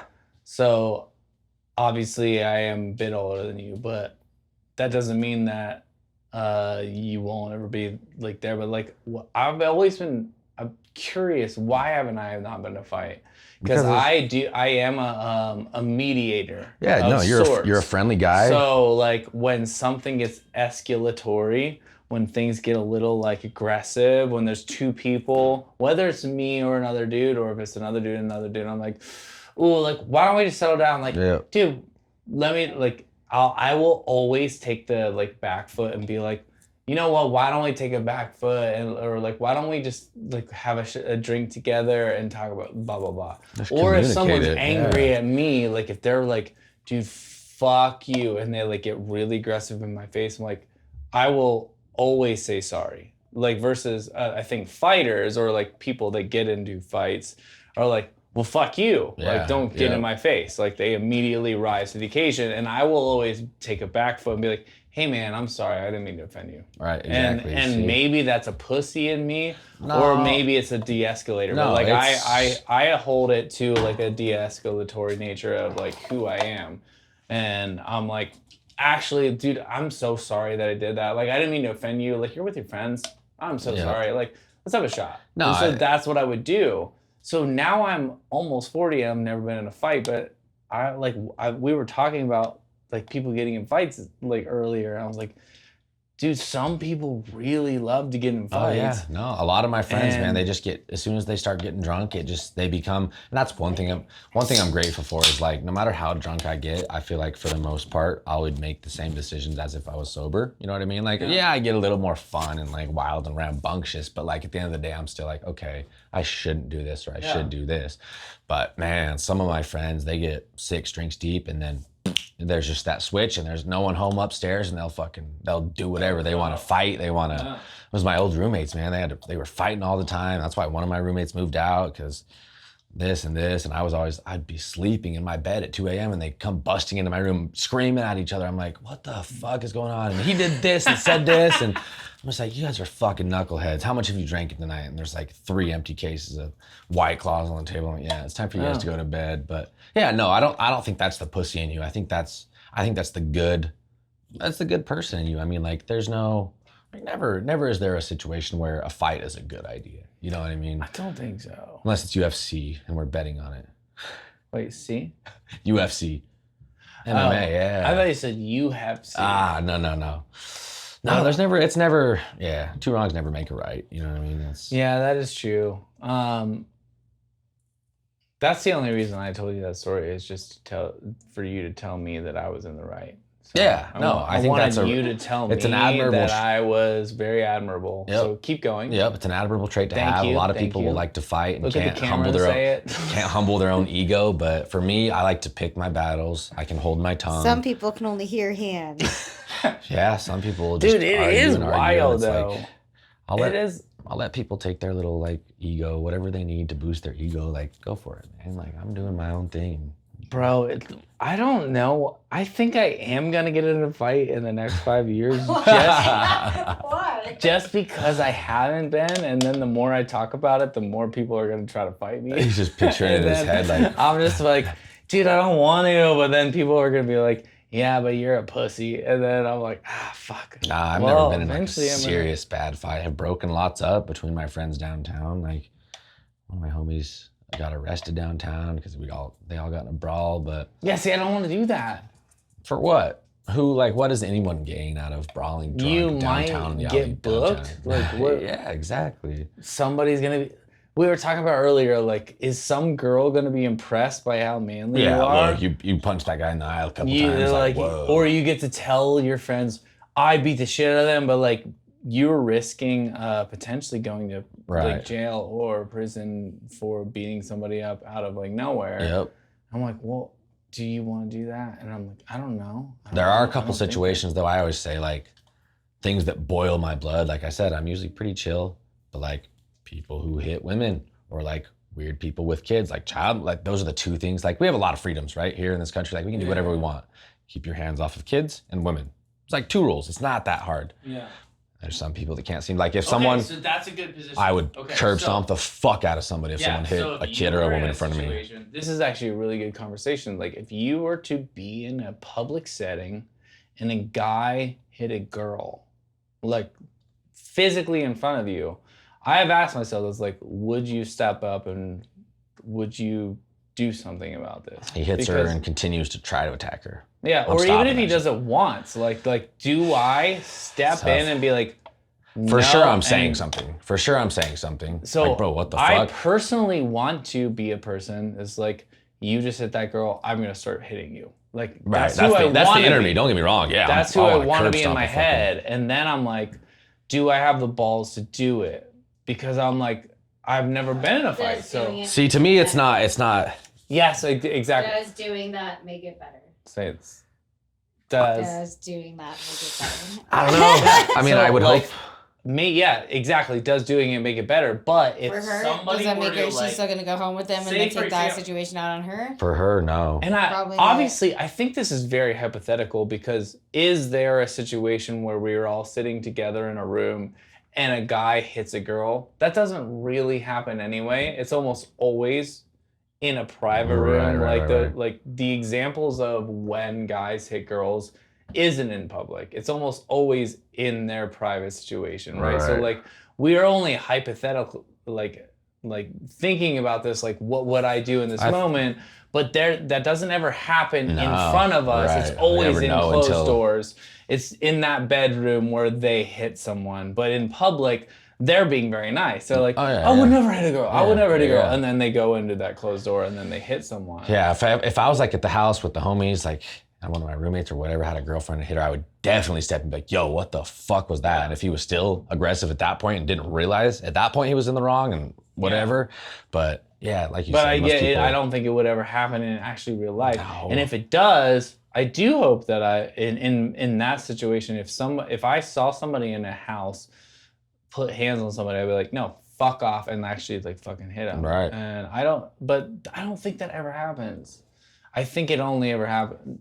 I don't think this actually happens in a public setting. I think that most of these situations are like hypotheticals. Like, I would like to be a person that does this, but like that only happens in those behind personal. Yep. I'm doing that thing where I like over communicate the same thing that I said like 30 seconds ago. You want to tell some raunchy stories? Yes. Some raunchy stories. I don't even know. I would like to tell raunchy stories. There's so many. Okay, let's take a bathroom break and let's tell raunchy stories. Okay. Ow, ow. Ow, ow. Cut. That reminds me of when we all took a nap together in the same bed at the Airbnb like a month ago. Sometimes you just gotta never know. When Joshy was there. Oh, at the Airbnb? Yeah, we all took a nap together. This is at Kiara's birthday. Yeah. My birthday. When Kiara put a dent in my car. What? Bagel. Why'd you do that? She didn't mean to. I don't even She was know drunk. I didn't know what happened. She was drunk. She opened her car door and just bam, banged the fuck out of my car. She's like, oh, I put a little ding in your car. I was like, is it bad? She's like, no, not really. And I go look and there's a dent like this long. I'm like, oh my God. Wait, what? On my fender, Casey drove us home from whatever that's fucking. 44. Yeah, we were at the 44 on stage. Oh, so we left before the 44 Club that No, night. this was like Monday, Sunday night. That Yes. weekend was No. like a 5-day Yes. bender. I know. We Went took to a nap Thursday together in and the same bed. Tuesday. So that night, before we went to the 44, we were, We went multiple times though. So this night Oh, was just I see. us, Mia, Nico, Casey, and Ryan, right? well, Yeah. I never went there, but That was a good weekend. we went, we went on a Sunday morning to hang out with you guys, and then we went home, and then you were still at the 44, so it might We went be to Satin Dolls too. Her friend from Arizona almost got us kicked out of the strip club because he was mouthing off to the bar or the bouncer. Well, he got up, he was sitting in the back. He got up and was just like dancing, and then He was dancing on his girlfriend. he was dancing on his girlfriend, and the security came up and was like, "You have to leave." He's like, that's inappropriate. You I was need like, to what do you mean leave. dancing's inappropriate? You have naked girls on the fucking stage. And he's like, well, he's, you it know. takes away from the dancers. And so I get it. And then as the bouncer was walking away, our friend was drunk. He's like, fuck you, man, whatever. And the bouncer comes back over and he's like, what you gonna say? Fuck you as I'm walking away. And I got up and I was like, hey, like, they're from out of town. Like, he's super drunk. I'm sorry. Like, it won't happen again. He was trying to kick us all out. I was like, yo, like, they're from out of town. He's drunk. It won't happen again. He's like, okay, well, if anything else happens, you guys are all out. But, man, At that point, we left either way because it was just weird at that point. just weird at that point. Yeah. Yeah. There was nobody in there, and they were gonna kick out their only customers, the only That people is spending classic. money. Like Yeah, what? classic Satin Dolls. I have Classic PTSD from strip clubs Hey. anyway. Did you know that I know Kiara from Satin Dolls? That's what. They got bleeped. I know Kiara from beep. No, she was so. We actually never met at Satin. It was after the fact. What? I worked there, but we didn't meet there. No, so no, yeah, With- you're true. You're true. No, but there's one time. So me and Natty would go there. So I had my friends that I would bring over to Satin Dolls. I'm like, yeah, come to the club where Natty works. And then I remember this one time Kiara was just looking at me across the stage, and I didn't know who she was. I did know. I had met her before, but I forgot. And so I was like sitting there, and I was trying to like pretend like I didn't know Natty because I wasn't allowed to date the dancer. So I was like sitting over there, like trying to pretend like I didn't know Natty. And then like you were looking at me, and then I was just like, what? This girl keeps looking at me. Like, do I know her? I was like, is she into me? And I was like, I don't know, I'm really sure. And then like later you would be like, bro, I met you last week. I was trying to say hi. And I was like, oh fuck. See, my first. But like Satin Dolls has this like stupid like rule where like you're not allowed to date the dancers. I'm like, bro. Well, you can't. The boyfriends of the dancers can't come in. Yeah, I think Really? Just like if you're a dancer, that's like that goes for any club, honestly, around the world. It's not even Satin. no, it's not around the world. Kind of. I mean, yeah, like obviously around the world. How many If countries have you been? I mean, Satin. Okay, Satin. How they many have a countries have you been but to? Satin's different because they own their girls. They know everything about them. But like, you go to Rhino, like you're not supposed to bring your boyfriends there. If they know if they know what your boyfriend looks like, they'll kick him out. Yeah, that is fair, but how different is it from working at Satin to going and working at Spearmint? Like, The freedom? Are you kidding me? yes, that exactly. Like they all of a sudden you realize that you have freedom to go to any club. Satin was like, you're not allowed to work at any club. Like that's not true. Like so the same thing that they'll tell you, like you aren't allowed to let your. I'm not saying that a boyfriend should come in, but I remember when I met Natty, she'd be like, sorry, Natty. But when I met her, she would be like, I'm not allowed to exchange numbers. Once you go to like... Everyone did that. Everyone to this course. day does that. I Yes. mean, it's to this day, it's still considered prostitution. Yeah, but in still... that moment when you were the first time working there, you're like, I don't think I should give this guy my number. Yeah, because like, you're I'm terrified not that they're allowed to. watching you. Yeah, I gotta- There's cameras Exactly. everywhere, and then they're like, once you spend like 1 or 2 years, you're like, oh shit. So I was telling this story the other day, but there's this guy I know that works as a DJ for the Torch, and he was complaining on Facebook about not getting girlfriends, and people were like, well, why don't you date one of the girls that works there? And he's like, oh no, they're not allowed to date a coworker. And I was like, no, they're telling you that because they don't want to date you, but they're all fucking your manager.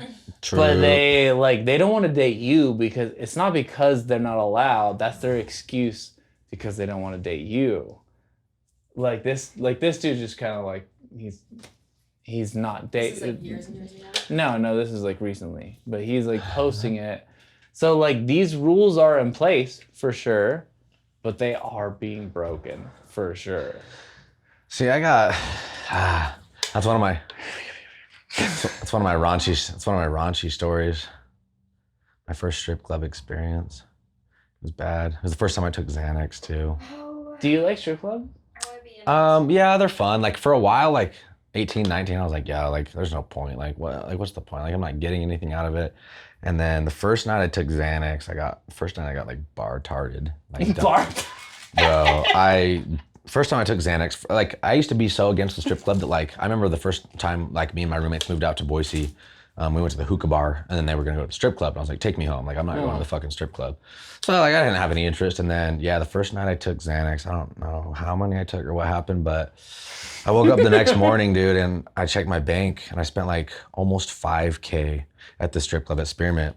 Oh yeah, they will do that. At Spearmint, yeah. And so I don't, it'd be one thing like if I remembered having a good time, but I don't remember a lick of it, like not a single bit. So I went back the next night and I walked in, they're like, oh, you're back, like what's up? And I'm like, no. Yeah, Kiara was there. And You're I'm like, no. I'm like, what happened last night? They're like, oh, you were buying us VIP triple champagne rooms. Like you had 3 girls, like VIP this and VIP that. And then apparently I ended up.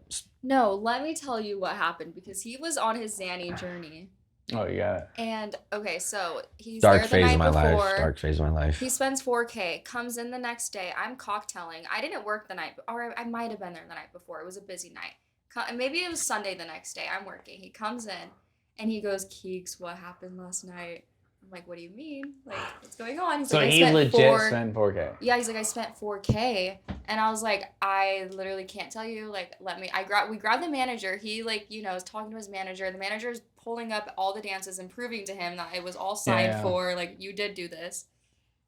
He continues to stay and spends. How much more did you spend? Oh, shit. He literally stayed and I was like, Ryan, what are you? He's like, fuck it. And then the same girls that ran him for his money the night before did it again. I ran him for yeah. Okay, so I wondered this. So my biggest night was probably $2,500, and that was by far the most money I've ever spent. Okay. Before that, I spent probably $500. Yeah. So I remember. So Peyton used to work at the bar, and I was like, dude, can you just tell me, because I have 2 big $1,200 charges on my card and I do not remember it. And she's like, yeah, you were hanging out with this guy and you bought him 2 private like things, or 2 cocktail dances, and I was like, what? This blackout me. Is twice the price as a normal Sure. So and like obviously I didn't really fault them as much, but at the same time I was still pissed. I was like, what the? So I was But- like, I obviously signed for this. I made the decision. Like, there's no But way. I still was pissed. I was like, dude, Oh, yeah. $2,600. Before that, I had probably spent max $400. Yeah, like, I a few was just $100 like, okay, or like whatever. I got some lap dances. Yeah. Ooh, like- $400, I'll recover it. I was like, $2,600, what the fuck? So that is one of those like moments where I'm like, oh my God, what the fuck did I do? No, like And I've had a lot of experiences where I'm like, a lot of regrets for sure, but that comes with life. Like you learn from them and whatever. But that was one of them. Yeah, Xanax, man, it took me for a ride. Like during when COVID hit, that's when I got into like everything, man. I was doing shrooms. Dude, Xanax, you were just like, I was doing acid. I was doing Xanax. I was doing, my second bad one with Xanax was I had like a 2-day blackout where it's Sunday night. I remember taking 2 Xanax bars, right? And that's it. And then I wake up one morning in bed. My ex is just staring at me. She's just like looking at me all mad. And I have an IV bandage and a hospital check-in bracelet on. I was like, what?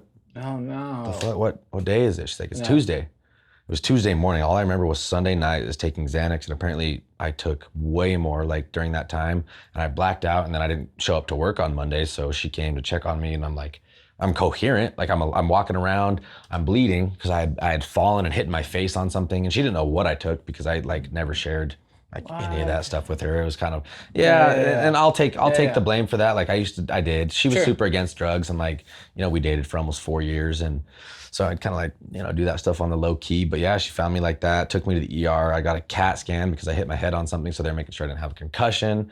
Didn't know what I took, but yeah, 2 days. I just woke up Tuesday morning, and she was like, yeah, we took you to the ER, like you got a CAT scan, you were talking to the nurses. Don't remember any of it, not a single fucking lick of it. And I'm just like, man.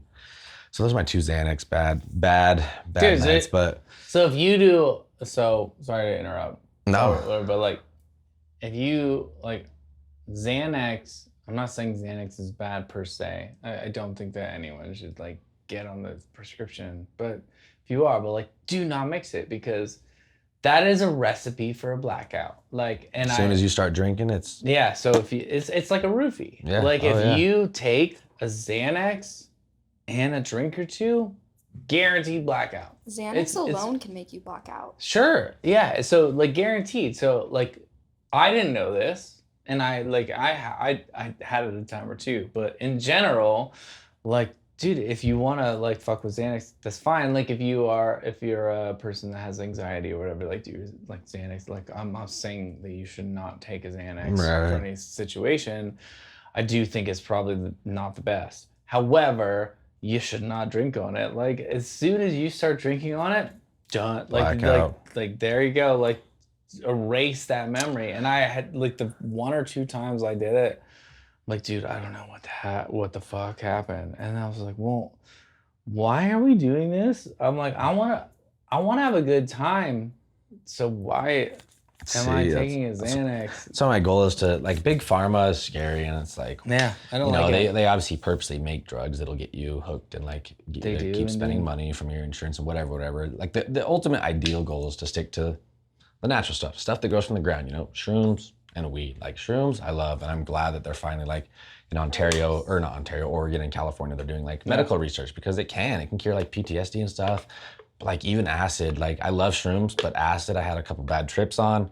And I think part of that was doing it with the wrong person. Like I had a childhood friend I grew up with. It was kind of like, he was a compulsive liar. Like he would always make up stories, and you know, he lived in McCall for a while, and he had everyone there that his girlfriend he dated for 2 years had him convinced that he went to Purdue Business College, opened his own basketball training camp and all this stuff. And it was a complete lie, but I've like had a soft spot in my heart for him because he's had like a hard childhood and whatnot. But we used to do during COVID when it hit, like COVID was the first time I ever did psychedelic shrooms. Like, it was at my shop, and I was just like, oh my God, like this is so amazing. Like we need to sell everything we have and just buy mushrooms and just do shrooms forever because this just feels so amazing. That was like my classic. first, bro. I was just like, this is just beautiful. Like we're just selling everything, all of our cars, we're just buying shrooms. And that's when like COVID, I was doing shrooms like every weekend, and then I got into acid, but then I had My first bad trip on acid was with that friend that I kind of grew up with him, you know, and I knew he was like a little weird, like compulsive liar and whatever, but I was his friend, you know, I'd put up with his stuff. And then it was just my first bad trip. We were like, I don't know, we probably took like 3 tabs each, and we were smoking, and we were watching kind of like an intense, kind of like scary movie. Yeah. So everything was just kind of like on edge. And I was just sitting in his living room, and he was in his kitchen. I just look over and I was just like, are you trying to kill me right now? And he was just like, what are you talking about, bro? And I just went full fight or flight. Like, I was just like, I gotta get out of here. This dude invited me over to murder me. It was my first bad trip ever. And like, I was like, okay, I'm just gonna get my stuff. So like, I started grabbing my keys. I'm like, I'm just gonna go. And obviously I shouldn't drive because I'm fucked up. And so he tries to stop me. He gets in between me and the front door. He's like, no, bro, like, don't leave. And that just makes it worse. I'm like, bro, because you need to step out of the way. Yeah. I'm gonna beat your fucking ass, or you let me leave this fucking apartment right now. And he did. He stepped out. And I got in my car, I got like 2 turns down the road, and I was like, there is no shot I'm driving home, right? Like, I don't even know where I'm at. I don't even know how to put this car in drive. Like, I don't know what's going on. So I called my ex. We were on like a breakup, and she comes and picks me up, and she was driving me home, and she starts asking me like, what happened? Like, why, blah, blah, blah. And the more I thought about it, I was just like, nothing happened, I guess. I think I just had a bad trip. And so he texted me in the morning. He's like, hey, you good, bro? Like, what happened? I was like, yeah, bro, I think it was just a bad trip. Like, sorry about that. But obviously it's all like time and setting. Like, don't do psychedelics with people that, you know, give you weird vibes to start off with. But that was the first one. And the second one, he brought a stripper home to our house. And because he was like hopping in between apartments for a while, and he lived with us on our couch for like a couple weeks. And he brings the stripper home, and I didn't even know she was there. I get home from work and they're just hanging out. I'm like, oh, yo, like, who's this? Like, oh, I met her at Satin Doll, blah, blah, blah, whatever. We all took acid together that night, and like everything was cool. And then like a few hours into it, we're just chilling in my room, and she just kind of looks at us both, and she's like, you guys are starting to look a little bit different right now. I was like, oh yeah, it's just the psychedelics. Like, you get visuals, like things look weird. Did she take psychedelics? Yeah, she was tripping. We were all tripping. And then all of a sudden she just goes like, are you guys trying to kidnap me right now? And I was like, no. Like, well, like, we can get you an Uber, like whatever you need. Like, if you want to go home, if you're uncomfortable, we'll buy you an Uber. Like, no, that's not, like, the doors are unlocked. Here's my fucking driver's license, like whatever information you want about me, like trying to make her feel comfortable. And like, she would calm down for a little bit. And then like 15, 20 minutes later, she'd be like, wait, are you sure you guys aren't trying to kidnap me right now? And we're like, no, like, here's the Uber app, buy your Uber home, like whatever. And then they're like, it repeated for a few times. And then finally it ends with her at like 3 a.m, just bolts out of our apartment screaming, like blood curdling, top of her lungs, help, they're trying to kidnap me right now. And it's 3 a.m. and we're fucked up on acid. And I'm like, we can't talk to cops or neighbors right now. So I just shut the door, I locked the door and turned the lights off. I was like, okay, we don't know her. Like, we don't know anything about her. Like, we're asleep, dude. Like, we can't be talking to cops. So we watch out the window, and we're watching. And one of the neighbors comes out, who I know, and he's a good dude. And he's talking to her for a little bit, and she gets in his truck, and I think he was gonna take her home. They get like a little bit down the road, and then she slams on his brake, jumps out of his truck. He's trying to kidnap me, blah, blah, blah. And all the neighbors are out at this point, and they end up calling the police, and we're just watching out the window, and an ambulance comes and picks her up. And she goes to the ER and like wakes up, and she texted my homie and the next morning, like, hey, like, sorry about all that. Like, I just had a bad trip, whatever it was. But like, yeah, I got a $3,000 ER bill and all this. And like, I'm just like, yep, acid's too much, man. I'll stick to the, like, I've never had a bad trip on shrooms, but the acid, it just gets people. Craziest thing though is this whole time that Ryan has lived into his apartment, a sheriff has lived above him. My neighbor is a sheriff. My neighbor's a sheriff, and I didn't know for the first. I've lived there for almost over 5 years now. We have thrown parties, but like. Oh, we threw parties. The cops showed up once on my birthday party when I was like turning like 20 or something. The sheriff that this whole time has been there was just mind blowing to me, because we're like blasting music, we're doing drugs. We'll sit on the patio, like where his bedroom looks directly at our patio. Yeah. And we'll be out there just smoking a joint, smoking the bong. And then, one morning, I think he works graveyard, because I don't remember what I was up so early for, but I was going to work at like 5, and he's coming home, and he gets out of his car, and he's in a fucking cop uniform. He's got the sheriff patch, and I was like, oh, what's up, dude? He's like, how you doing, man? He's like, good. He's like, I'm just getting home from work. I'm like, oh, you're a sheriff, huh? He's like, yep. It's like, wow, W sheriff, because that guy has seen some shit, but. Dude, one of the things, speaking to sheriffs. That's the definition of minding his business. Yeah. I mean, they got bigger fish to fry. Like, dude, what? They do. So speaking of that, that's what I was gonna tell you. So there's this guy that used to come into my bar, and I don't know if he listens to this podcast that much, but he knows about this podcast, and I would like talk about I'm podcasting, blah blah blah, and he was just like, "So what are you doing on this podcast today?" I was like, "I did some mushrooms," and like I used to be so afraid, like, dude, this guy's gonna fuck me up.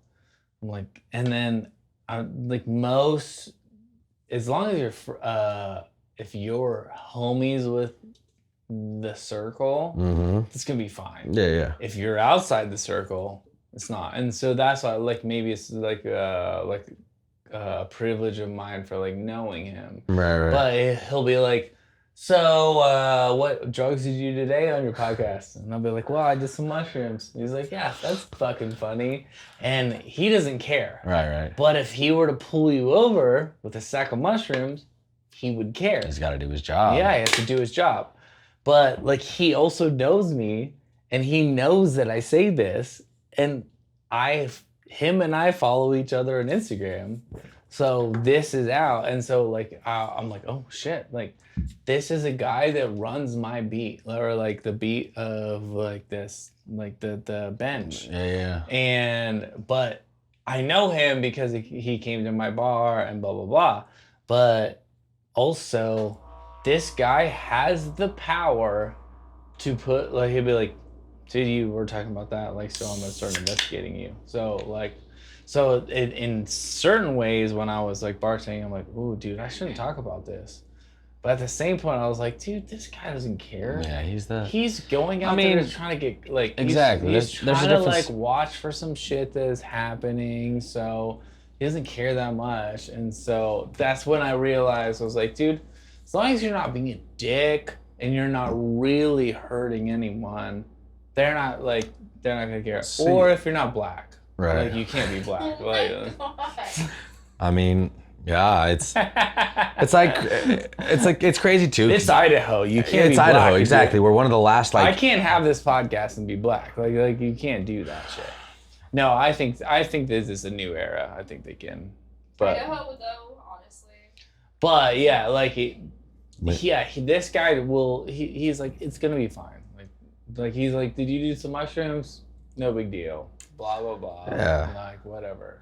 It's like if you're selling drugs, he's like, whoa. Yeah. And also, if you're talking about like moving some weight, right, then I'm gonna have to like Yeah. really like investigate you, or like figure out some shit. See, that's what's crazy to me is like, weight. no, I'm not selling drugs. It's gonna be fine. Like, see, that's what's weird is like, right? Weed's legal in Oregon.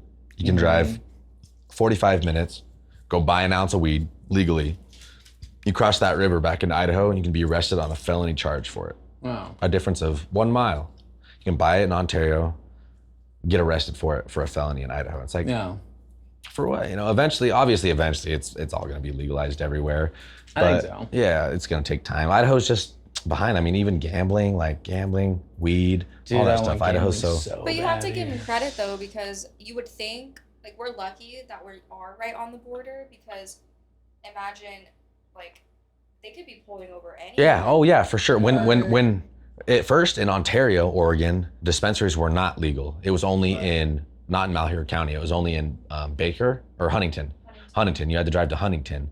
But then when weed got legalized in Ontario, Malheur County, at first, there was cops, hella state troopers just waiting on the freeway. But it's like now if you go to the dispensary in Ontario, every single car in that parking lot has Idaho license plates. Yeah. Like everyone from Idaho is coming to Ontario and buying weed and bringing it back to Idaho. And they know, they can go look at the license plates, but it's like, you're gonna charge everyone for, and it's like, that's the healthiest choice. Even like against alcohol, like out of all the drugs, weed is by far the most healthy option. You know what I mean? Yeah, and it's like, what, are you gonna arrest everyone that's coming from Idaho to do that? But I think mushrooms almost like trumps weed in a way. yeah, as far as health, For benefits, at least. like cure You guys shit. want to do some mushrooms? Yeah. Pee break. Be right. Did we do shots already? I think we did. Bullshit. Time for another one. Yes. We're back. We're back. This is segment 3. Segment 3. So Yeah. So what happened in segment 3? Um, It's kind of like Black Portal level, right? yeah. So the later and the longer and longer we go, Mm-hmm. the more and more it's like Black Portal. So see, That was It's- Ghost. I didn't move. Yeah. That was Exactly. literally so we get extraterrestrial. that's what That was extraterrestrial right there. that's what we're inviting into the times that we got it. They wanted to tell me something, but I don't even want to look. I don't need to know. So here we are.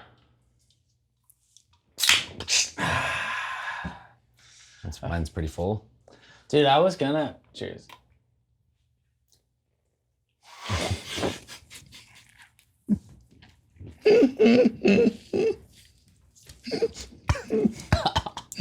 I just heard it. Dude, I can't. Dude, I poured it right on my pants. Dude, I literally poured it right on my pants. Okay. Missed the lip a little bit. We'll leave this right there. All right. Just have this. This. This is not good. Sometimes usually like when I pee and like you cut it off a little bit early, you know? And you have like a little bit of extra. So I have this one. I think this might have been from before. I think it might have been from when I cut it off. And just whiz a little bit. No, I'm just kidding. I didn't. I just poured it. Yeah, we just poured in a little White Claw. That's it. Here we are. Yeah. Segment 3. Dude, the more segments I do, the more we get fucked up. Any questions for us, Keeks? Dude. Yeah. Come ask a question. Come tell a story. What is the worst situation you woke up to? I don't know. That's tough. Probably my old roommates fighting. They were screaming at each other because one of my roommates got too drunk and tried to like make a move on his girlfriend who was like in his room by herself. My old roommates, he like grabbed her leg or whatever, and then they came into my room fighting like, bro, he grabbed him, blah blah blah blah blah. He's drunk. He fucking grabbed my girlfriend's leg, and then my other roommate said, so what? What are you gonna do about it? I'm gonna do it again. Yeah, I'm gonna do it again. What are you gonna do about it? And that's when I snapped. Fucking shoved my roommate, threw him against the wall, picked him up. I was like, your ass is going to bed, bro. Put him to bed. And that's when my other roommate moved out. The worst situation I woke up to, I don't know. I feel like that's it. I don't know. Or my dad dying, but that's like kind of deep. I didn't really wake up to that. That was like a 3-day long thing, but Damn. heart surgery gone wrong, dude. That's too deep. What's the worst? It depends on the situation. It does. I had a few things. The worst thing to ever wake up to, like waking up and realizing you need to buy a plan B. That's also tough. Yeah. Waking When up. you're like, you're not sure if you're ready to. I ain't ready no matter what to have a kid. A little miniature version of me. I'm in trouble, dude. That kid's gonna be a fucking demon, bro. Yeah. Yeah. I know if I have kids, they're gonna. I was a sneaky little bastard. I snuck out every night, bro. Like a seminary. You know what seminary is? In church, it's like when you teach people to go to church a lot, and you're teaching pastors, etc. Seminary school would be like teaching pastors. Yeah, so in high school, they have a class that you can sign up for. It's a credit seminary, and you walk over across the street, and there's the seminary building where they teach Mormon, like class, whatever, scripture and all that shit. But like by my junior and senior year, my seminary attendance was like 16%, because the other 84%, I was just smoking weed. Yeah, That's when I got hired at Dutch, and I would just go over to J-Rob's house and fucking smoke weed. That's where me and Keeks used to Keeks had a cigarette addiction, prime times. She had a, what do you call it? A cinder block full of cigarette butts. Prime time. The cherry prime times? Are you kidding me? I would never say no to one of those. I'm not kidding you. Cherry prime times is the shit. Nah, but You don't vape. You don't have a nicotine addiction, huh? I'm trying to get one. Trying to get a nicotine addiction. No, I want. So I'm kidding, but I'm not. So I literally started chewing this nicotine gum. Oh, the Rogue. So this shit, I don't vape at all, but I do like the feelings of nicotine. So I've been trying to chew some nicotine. I like that. It's theoretically a neurotropic. Like it does good things for your brain. Yeah. I'm not recommending it. I'm just saying that for sure don't. I have been chewing it, and I'm like, I like this. So when I was in 8th grade, what was I, 13? I got 18 kids suspended from my middle school because I brought a vape to school. When I was in 8th grade, I had to take math to high school. It's what, like, I would walk over there and like I had math with high schoolers, and they were like, they all had vapes, and they were like, oh yeah, you can, I'll buy you one, whatever. So I bought one. They're like, what do I do with it? Like, oh, it doesn't matter. Like, you can take it to school, whatever. So me and my homies in 8th grade, 12 years old, we're all fucking vaping in the locker room, like trying to blow O's and shit. Thought it was all good. Last period of the day of 8th grade, over the intercom, they're like, Ryan, please come to the office. Ryan Clements. I was like, fuck. We put it back in. That's beast mode right there. Yeah, it's 3 seconds. I can just see all the crumbs. No, it's 3 seconds. What? You interrupted his story. Sorry. Rude. You haven't, like, never mind.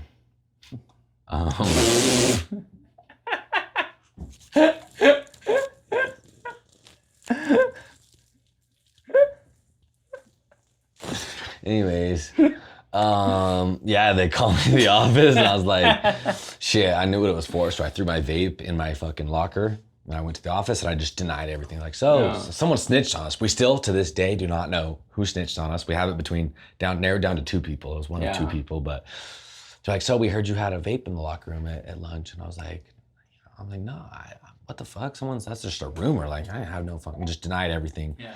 Threw it in my locker, and then they couldn't find any proof, so they were walking me back to class. And then the vice principal, Mr. Burrup, he's like, so you don't mind if we search your locker, right? Yeah. I was like, if I say no, you're gonna search it anyway, right? Yeah. And they're like, yeah. Okay, search it. I open it. There's the vape sitting right there. I got suspended for 5 days. What do I got? I got boogies. I got suspended for 5 days, and then the rest of the crew all got suspended for 3 days. And I was like, fuck. What? And I was Mormon. All the Mormon parents hated me. Like, oh, you can't hang out with this kid anymore. He's dangerous. Because I brought a 0 nicotine vape to school. So fucking scary, right? It honestly gives me chills. So where are we at? What else you got? Dude, I was listening to this interview with Gary Vee, where he was talking about how when people were talking about him, he's just like, they were like, this kid is never gonna make anything of himself. And it's fucking Gary Vee. But it is wild how, like, the way that people look at a certain person and what they're doing, and especially in high school, like a high school teacher has no idea what that student will do. And it's not exactly to their fault. Like, that high school teacher doesn't know that person is going to be like the next Gary Vee, but in some way they're like, you are not able to, like, that's not a way to talk to a kid, first off. Like, so that is a bummer that person talked to that kid that way. Like, you will never make something of yourself. That's not the way to talk to a kid. I mean, no matter what a kid's... And so that is something that I do get bummed out about, like, where, like, you talk to Gary Vee that way, but you, like, that's how most, or not most, but there is a lot of people that talk to their students that way. Like, that's not fair. Like, you're going to talk to that person that way. That could be the next Gary Vee. Right, and we're so impressionable, at a young age. It's like, all it takes is one teacher to tell you, like, dude, what the fuck are you doing? You're like, you're right. Like, what am I doing?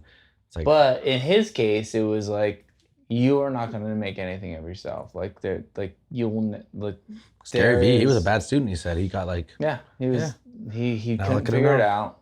whatever. And some people have that shit.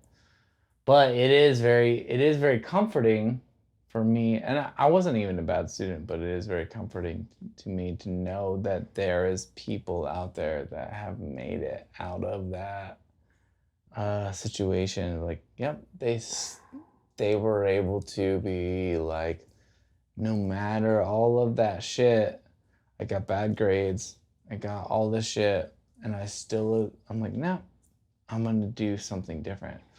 And then they were able to do something different, and then they keep going and keep going and keep going, and then now, of course, they're building what they're building. It's kind of, I mean, that's not the way I was. I mean, I guess I was a good student. Like I was, you know, not to toot my own horn, but valedictorian, student body president. Like I was just a good kid. Like people liked me, you know what I mean? Ryan, you were like the best kid. Valedictorian in a school like Fruitland, that says a lot. For one, for two. Not really though. You were the most talented kid. Everyone loved you. She's just gassing it up. You know it's true. No, I was just a nice guy. There's like, you know, I was friends with everyone. There's I was, no one who else in the whole entire like our district. Who can you say that is the same as you? Who plays as many instruments, sports, all of that? Zero. Exactly. So toot your own horn sometimes. I'm just a nerd. What can I say? No, you're just talented. I'm a nerd. I feel that. It's okay. You're a talented nerd. I would much rather be a talented nerd than not one. So, and I'm not one. So look where I'm at today. Dude, I don't even know if it's talent or if it's just you just keep working at it. I just keep working at it, man. I don't think it is like, I mean, there's areas I like. Sports. I played basketball and football in high school.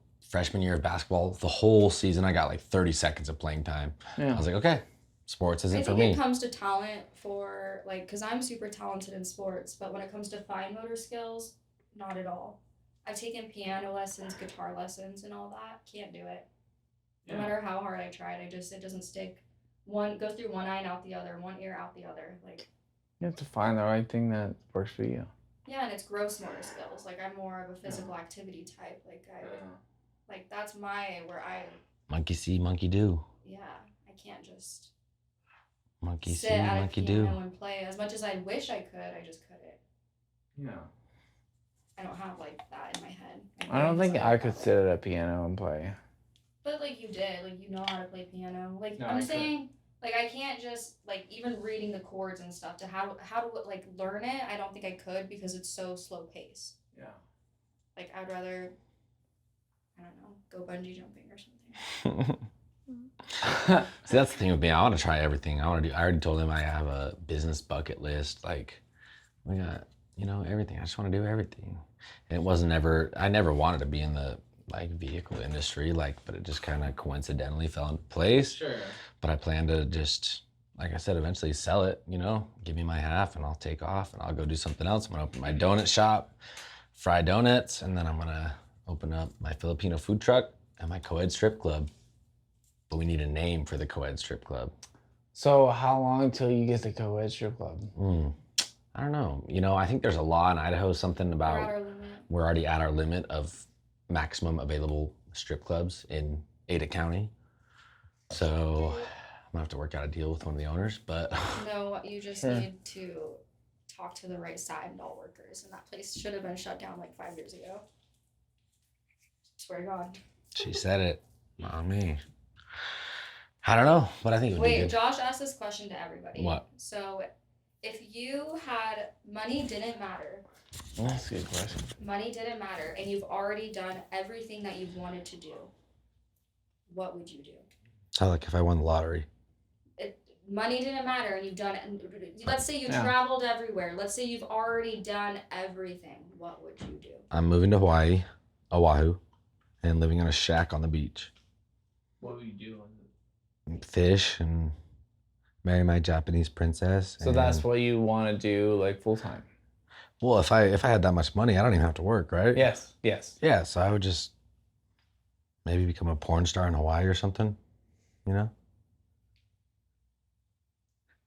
Yeah. Yeah. No, so No, but actually, I've thought like if I won the lottery, I would. no. The question is like you don't have to. Yeah, I don't have to work. you don't have to work. You don't have to do anything. And you've already traveled. You've already. Yeah. So No, that's a good answer. I'm moving to Hawaii, and I'm just. You're just gonna vlogging. hang out and fish. Yeah, just do whatever. That's exactly what you would want to do.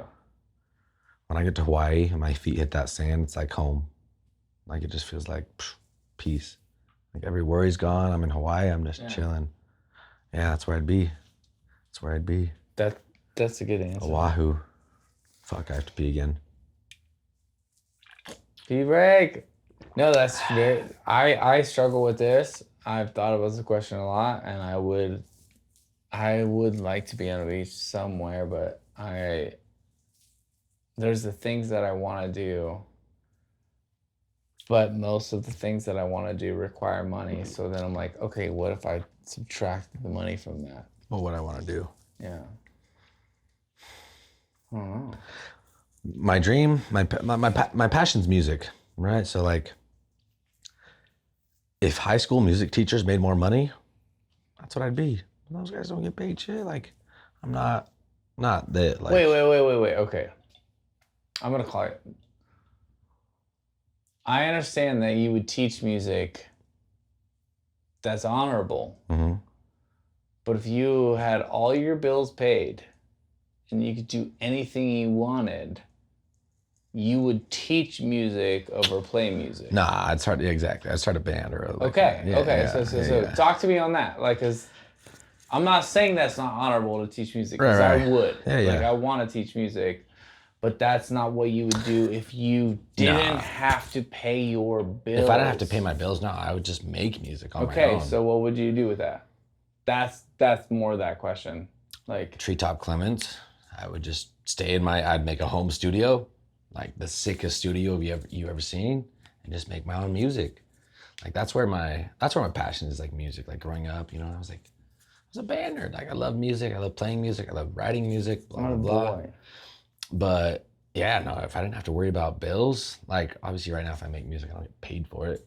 Like it's just, for fun, it's a side thing. But yeah, if I was getting paid, like music for sure. Yeah. Put the right people in the right room. I want to be the next DJ Khaled, like I have some, like I have a lot of unreleased songs, whatever, but I never planned on like doing vocals. I just wanted to make beats.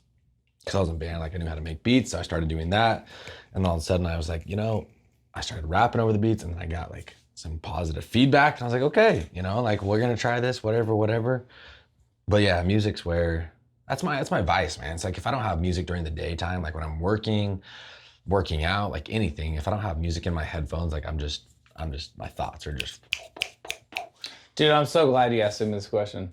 Sorry, because I've been drunk. But okay, so I like that you got really clicked on by this. So this is the next question. You already know what you want to do if you didn't have money in the front end, so now there's the next question is like, so how do you get there?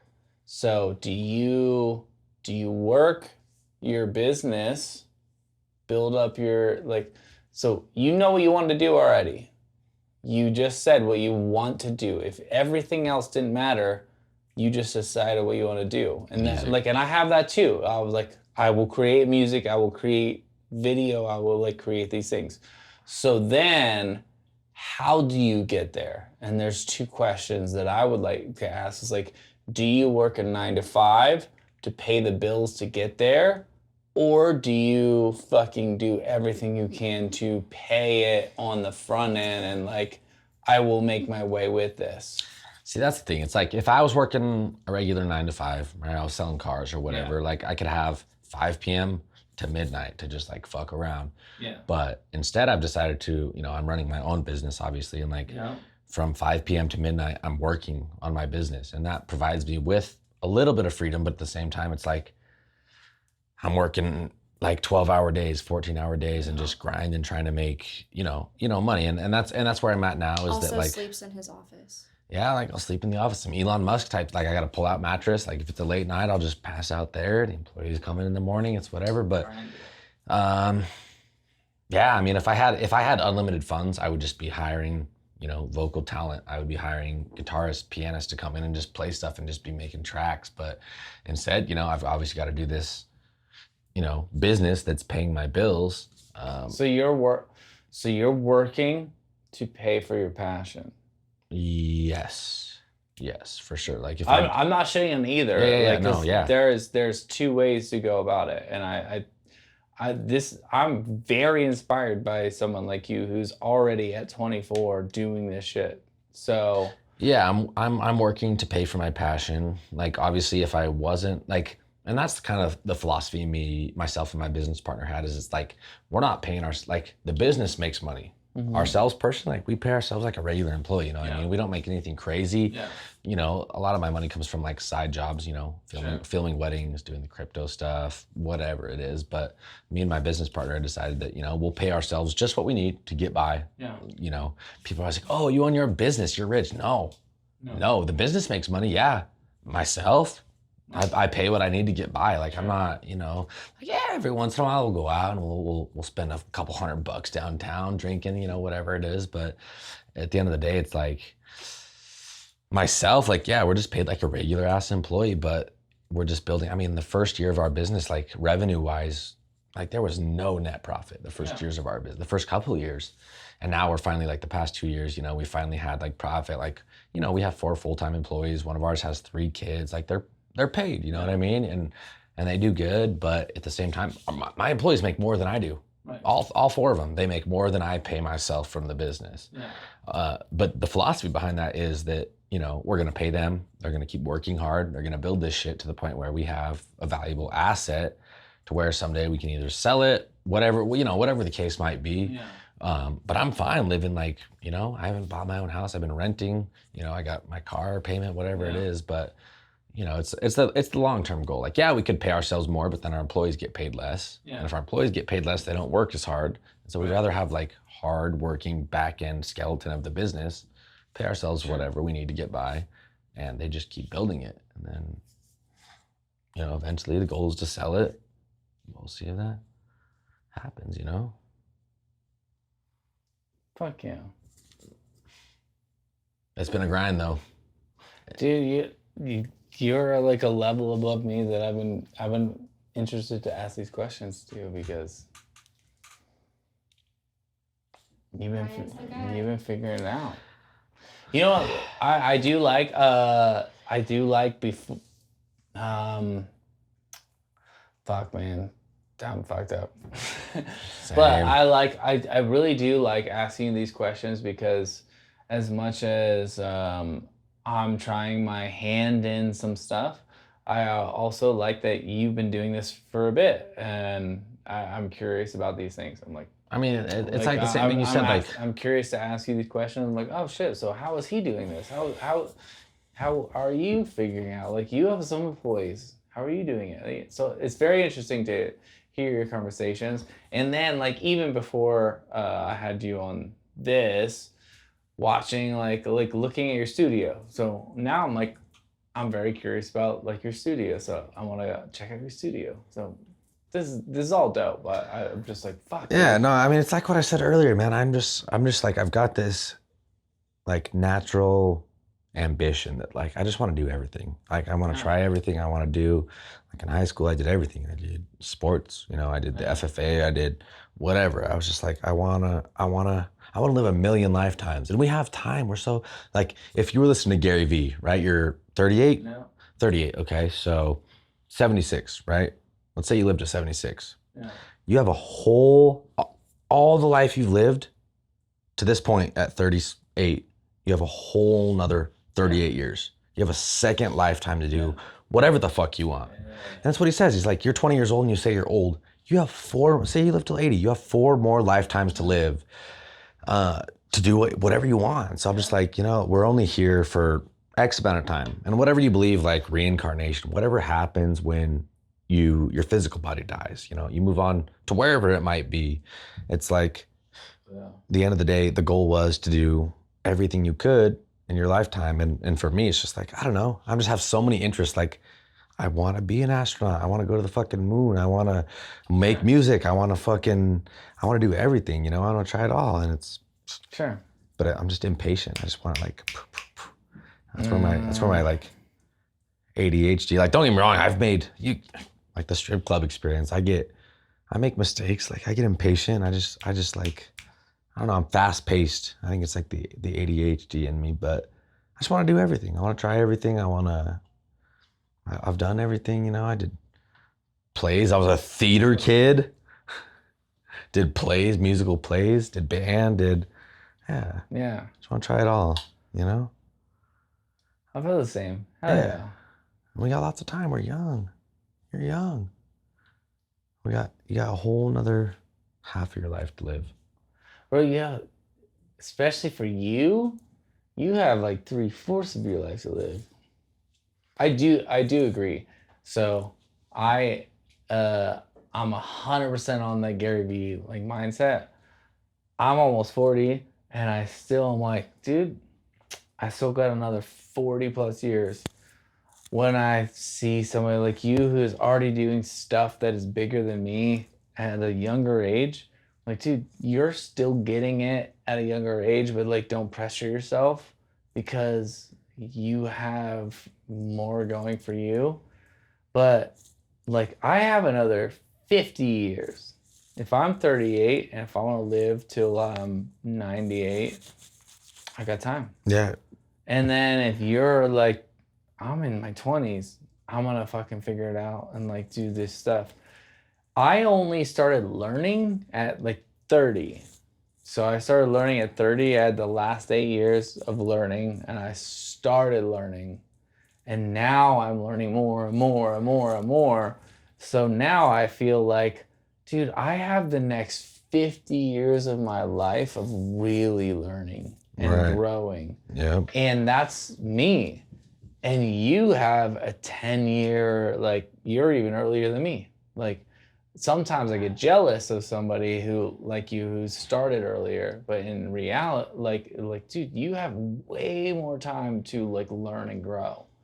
So if I could tell anyone who's getting worried about, fuck, I'm a little too old for this, about, dude, shut the fuck up. No, dude. I mean, it's all like we have like, just imagine yourself learning for the next 40 years. And learning is like technology. Mm-hmm. So this is how I feel about it. So I definitely did not come up with this, but if I started learning at 25 to 30, mm-hmm. and I was like, ooh, this is my learning curve right here. It's the same with technology. So when technology started here and it goes up and it goes, but it is astronomically goes like parabolic. It's like this. I don't know what that curve is or like what the name of it is, but it goes like this. Yeah. So up. The same with age. So if I think about when I was 33, I learned this, and then I learned this, and then learned this. As long as I'm committed to learning stuff, I am now 38, and then I'm like, phew, and I go up like this. Mm-hmm. So by the time that I'm 42, I know massive amounts of information that I would have never experienced when I'm right here.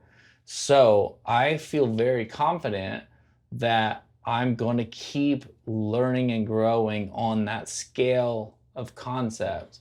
And so that's how businesses work. That's how technology works. That's how everything works. So everything grows in this exponential period of growth where this learning curve goes really, really high. Yeah. And I mean, if people like, anyway.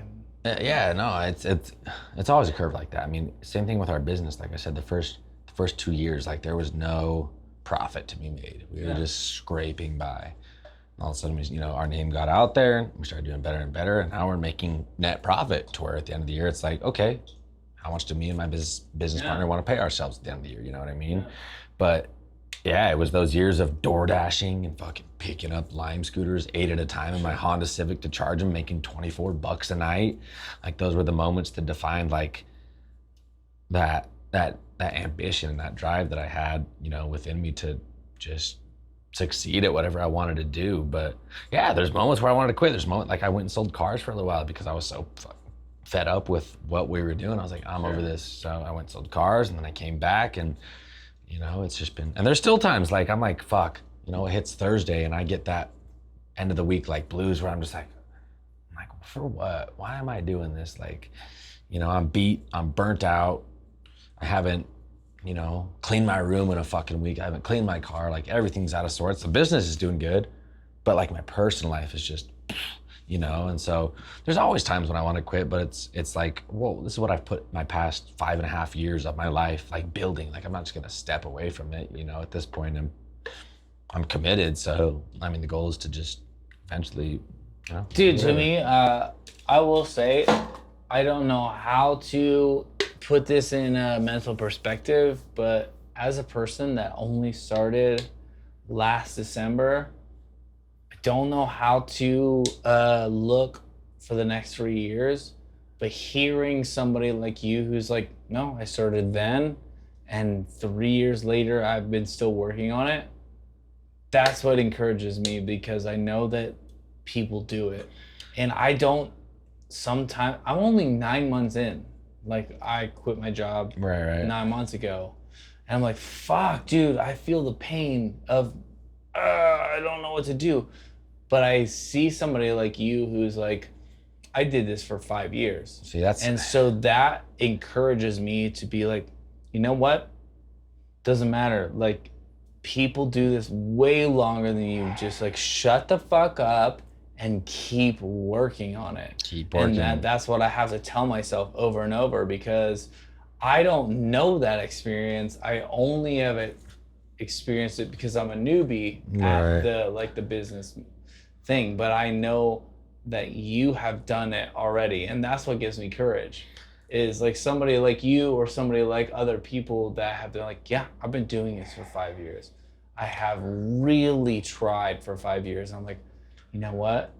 I have what I can do it. I can do it more. I can keep going, because this shit sucks sometimes. Of like, fuck, dude, I don't know if I really am ready to put up with all the bullshit for another 3 years. And then I hear your story. I'm like, yep, I got it. See, I mean, I'm gonna keep working on it. I don't know. I mean, there's lots of success stories out there. I mean, it's nothing like, you know, people start businesses, whatever. I'm not trying to like toot my own horn or whatever, but it's like, yeah, there was times when, yeah, I would DoorDash for the weekend just so I could payroll, you know, so I could hit payroll on Friday and pay my employees. Well, I didn't make shit.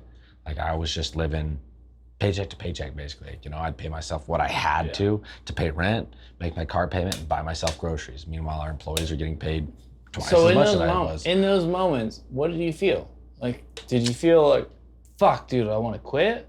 Like, what do you feel? What do you feel in that, like, that grind moment? Yeah, I mean, it was both. I mean, a lot of times, yeah, I'm like, dude, like I could go sell cars again. I could sell cars and make $7K a month.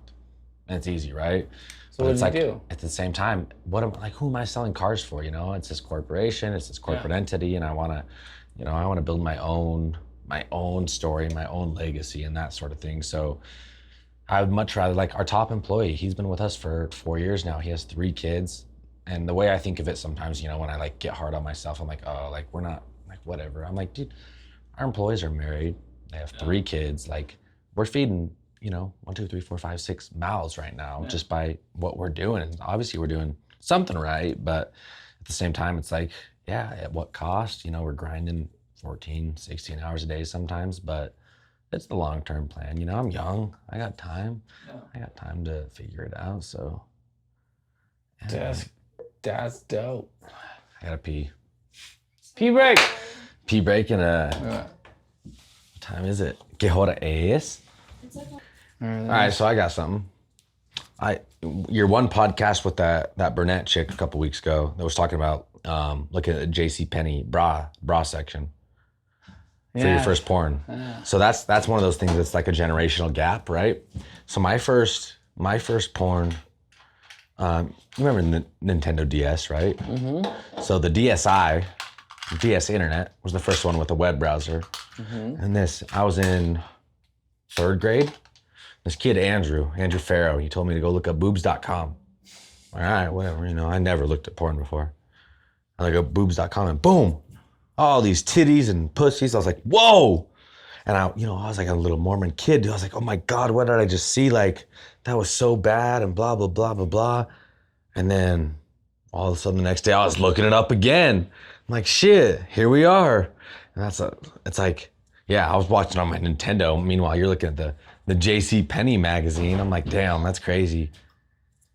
Bro, it was so strange. Like, I was looking up like boobies. Bro, I used to jerk off before I could ejaculate. Dude, I would literally look up like boobies. Just like naked boobies. Just show me a nipple, and That's how I would do it. That's what I'm saying is like, yeah. Josh Dude, also that's didn't wild. have the internet growing up. That's what you're saying. I know. He used to watch the wild. J.C. Penney magazines and look for the bra section. I love The that. centerfolds. See, I had the internet. I had a DSi and I looked up boobs.com. I have a great business idea. Okay, what is it? Let's hear it. I think Shark we Tank. should make like kind of calendar vibes, but more as a Playboy like magazine. You know how they have the centerfolds? Because we know a lot of hot girls.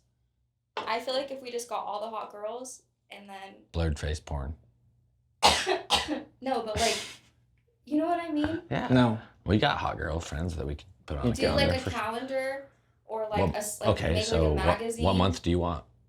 I want September. That's tough. Like, No, I just think you should do like I don't know. I think like you guys seen the movie House Bunny? I'm not. Well, they do a calendar and it's just a bunch of hot fucking girls in lingerie. I feel like you could post those and those would get sold. Especially Ryan. Why don't you do that with your sticker status? I don't know if I can say that out loud. Sorry. SS. You. But like a sticker status calendar and it's all girls, like you have mostly men in your shop either way. Most of your customers are men. The one time I hired Kiara for a photo shoot, she came out to the airport with the private jet, and all the guys were like, "Oh my God, who is this chick?" See, that's what I'm saying. You could easily probably just print off 100 calendars, sell them each $25. They'd be gone in like a week. Okay. Business idea considered. I'm just saying, I think it's a good idea. So you'll take September though? I'll take September. Okay. Can it be co-ed?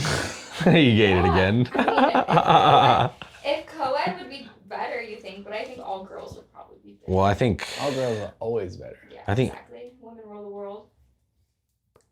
Yeah. Pussy is power. Pussy is power because it rules over all the guys, and they want Pussy. pussy. Yeah, that's why That's why pussy rules. But It no, I don't know. does. I think it just would be a good idea. It's the reproductive instinct inside the. I bet Reagan would be in it. If we did like a centerfold, she could be the centerfold. Perfect. Reagan. Mm-hmm. Just saying, we know I'm so trying many to hot think if girls. she would do it. She would so be down. Just be like, hey, don't put this in, like, but No. she would be so It's down. all I feel in. like if No literally edits. I could hit up my friends. Like, it's literally just a photo shoot to be put in a calendar. Just and if we a get like little imagine bit of those nipple out, or calendars- just like. imagine those calendars blow up and then people like, oh, I want more, and then we Yeah, start yeah, getting like the This is one thing girls Keeks get doesn't get is Keeks doesn't understand that she's hot. paid. No, I don't. She doesn't. Like when we go out. Yes, like, she does. no, she doesn't. understands Well, she's maybe hot. not. Maybe she acts like she doesn't understand. But when we go out, I'm like, dude. When we walked in this restaurant, there was like 6 dudes that looked at your ass as you walked by. Saying, "No, they don't. I'm not even." They did not. No, Yeah, they didn't. I see Fucking, what I'm you're like, Keeks. So maybe she's playing. And I think it would be, fuck it, I will pay you to just make a calendar for myself and then I'll sell them and make all the money. But can't steal my idea if I get rich. Patent Probably not. pending. That is fair. Yeah, I think it. Yes. Mhm. Here we are. However many drinks deep, A lot. at least a couple handfuls. You know, All right, check this out though, real quick. You see how my hands are peeling? So I sent this to my mom. I've been having this weird thing where my hands peel, right? Is it because your hands are sweaty all the time? No. I sent it to my mom. I had no idea. She said, okay, well, it's either eczema or syphilis. She was like, when was the last time you got tested for syphilis? I was like, it's been a while. She's like, okay, go get tested. So I went, got tested, clear, all good there. So she's like, okay, it's dyshydrotic eczema. I'm like, well, that's a much better outcome than syphilis, so I'll take that. So my hands are just gonna peel every once in a while. Random fact of the day. You're half reptilian. Yeah, exactly, I shed. Anyways, that was weird, but. That would be satisfying for me. What, to get syphilis? No. That would be satisfying. Ah, syphilis. Like, sit there and peel. Yeah. You wanna peel it? Can I? We're gonna kill this last. Yeah, I only have. Oh, I don't have one at all. Oh, that's awkward. Well, I guess you have to finish the rest of these stuffed Mexi tots. Dude, this has been a good one. Has it? You really think so? I think so. What did we even talk about? Let's go to Overland Bar, though. I don't think it matters. Trying to think No, if I got I- anything else. I don't know. I don't always remember the end of these conversations, but that's my favorite We thing get a about little these bit- We conversations. get a little bit like. It's like if We got deep, just though. Went. We got deep. Pretty good. We got deep. Yeah. I've opened up more than I've ever like. I don't talk to my friends about my dad and my mom and all that shit. It's stuff like I've wanted to talk about, but like to who, you know? So I feel like everything. me is neither. Well, I To you? I don't really. I thought about this the other day, but I was gonna. I was talking to somebody. It's like, dude, I think I need to call my dad. And I haven't still, but I did. I was talking about him, so I was like, fuck, dude, I think I might. I think I should talk about. I think I should call my dad. You haven't seen your dad in a long time? No, I've seen him. I saw him like 2 or 3 years ago, but like when I was a kid, I was very angry, and it was when I had the conversation about like when I thought that I should call my dad. I was like, "Fuck, dude, I think I should call my dad," but like that moment wasn't like. I wasn't shitting on my dad. I wasn't, even though I have shit on my dad for my like entire life. Like I was just like, dude, fuck my dad. Like I have a very I know that I have a very like angry like pushback on Yeah. my dad's Rightfully relationship so, and I, yeah. right? So, but like I didn't feel that in the moment, and even now I'm like, okay, so I think I should call my dad, but I'm like, I do want to talk to my dad, but it doesn't, like, I don't need to do it, like, right away. I'm like, fuck, man, I do want to talk to my dad about some of the stuff that I dealt with him in the past, but it's not, like, anything pressing. Right. It was just like, Something, fuck, you know, get out of the man, way. I think I need to. Exactly. Life is fragile. Yeah. Yeah, like, that was exactly Life it. is fragile. Life is fragile, and so that's exactly how I feel about with my dad, because the last time I went home, I was like, I need to talk to him about this shit, and then I didn't. And then I was like, I don't want to talk about all the shit that is bothering me between you and I. And that was like 3 years ago. And then lately I've been like, you know what? I want to re-bring this up, but I was like, it doesn't really matter. But what I like about like these conversations, I'm like, I still feel this way. Yeah, I mean, if it's still heavy on your chest, Yeah. bring it up. Yeah, but like I don't have to bring it up in like a aggressive nature. No, I'm not just at like, all. you know what? I still want to talk to my dad about some of the things that bother me about my childhood. See, that's. But I don't necessarily need to Have to. bring up any like aggressive nature. I'm just like, Right. you know what? I'm gonna figure out a way to talk to my dad about the things that I feel. Just talk about it. Cause like I'm 38 and I want to talk about things that I felt when I was 14. I don't know what that means. I'm like, I was 14 then, and I'm holding on to the feelings of when I was 14 to now. So I'm like, I'm going to figure out a way to talk to him about the way that I felt then, the way that it makes me feel now. Like 14 to 38, like that's 20 fucking years or whatever. Yeah. But I still want to do it. But I have to like when the last time I saw my dad, I was like, oof, he's a different person than when I was talking to him at 14. He's very different. He's a bit older, weaker. And I'm like, oh, fuck, man. Well, I'm going to figure out a way to talk to my dad about the things that were going on that have shaped my entire life. And so, yeah, it's very weird. Yeah. I don't know if you guys understand it all. No, it's the way it was for me. Like when I met my dad when I was 20, you know, he came to Idaho and it was, you know, he's a businessman, so he's trying to tell me like, oh, you need to do this and this and this, and you should put your money here and here and here. I'm like, listen, man, like, you had your chance. You were not here. Like I've planned my shit out already. Like I appreciate the advice, but now you're here strictly as, you know. I just know that gum is full of hair. I don't think so. Maybe just a couple. So.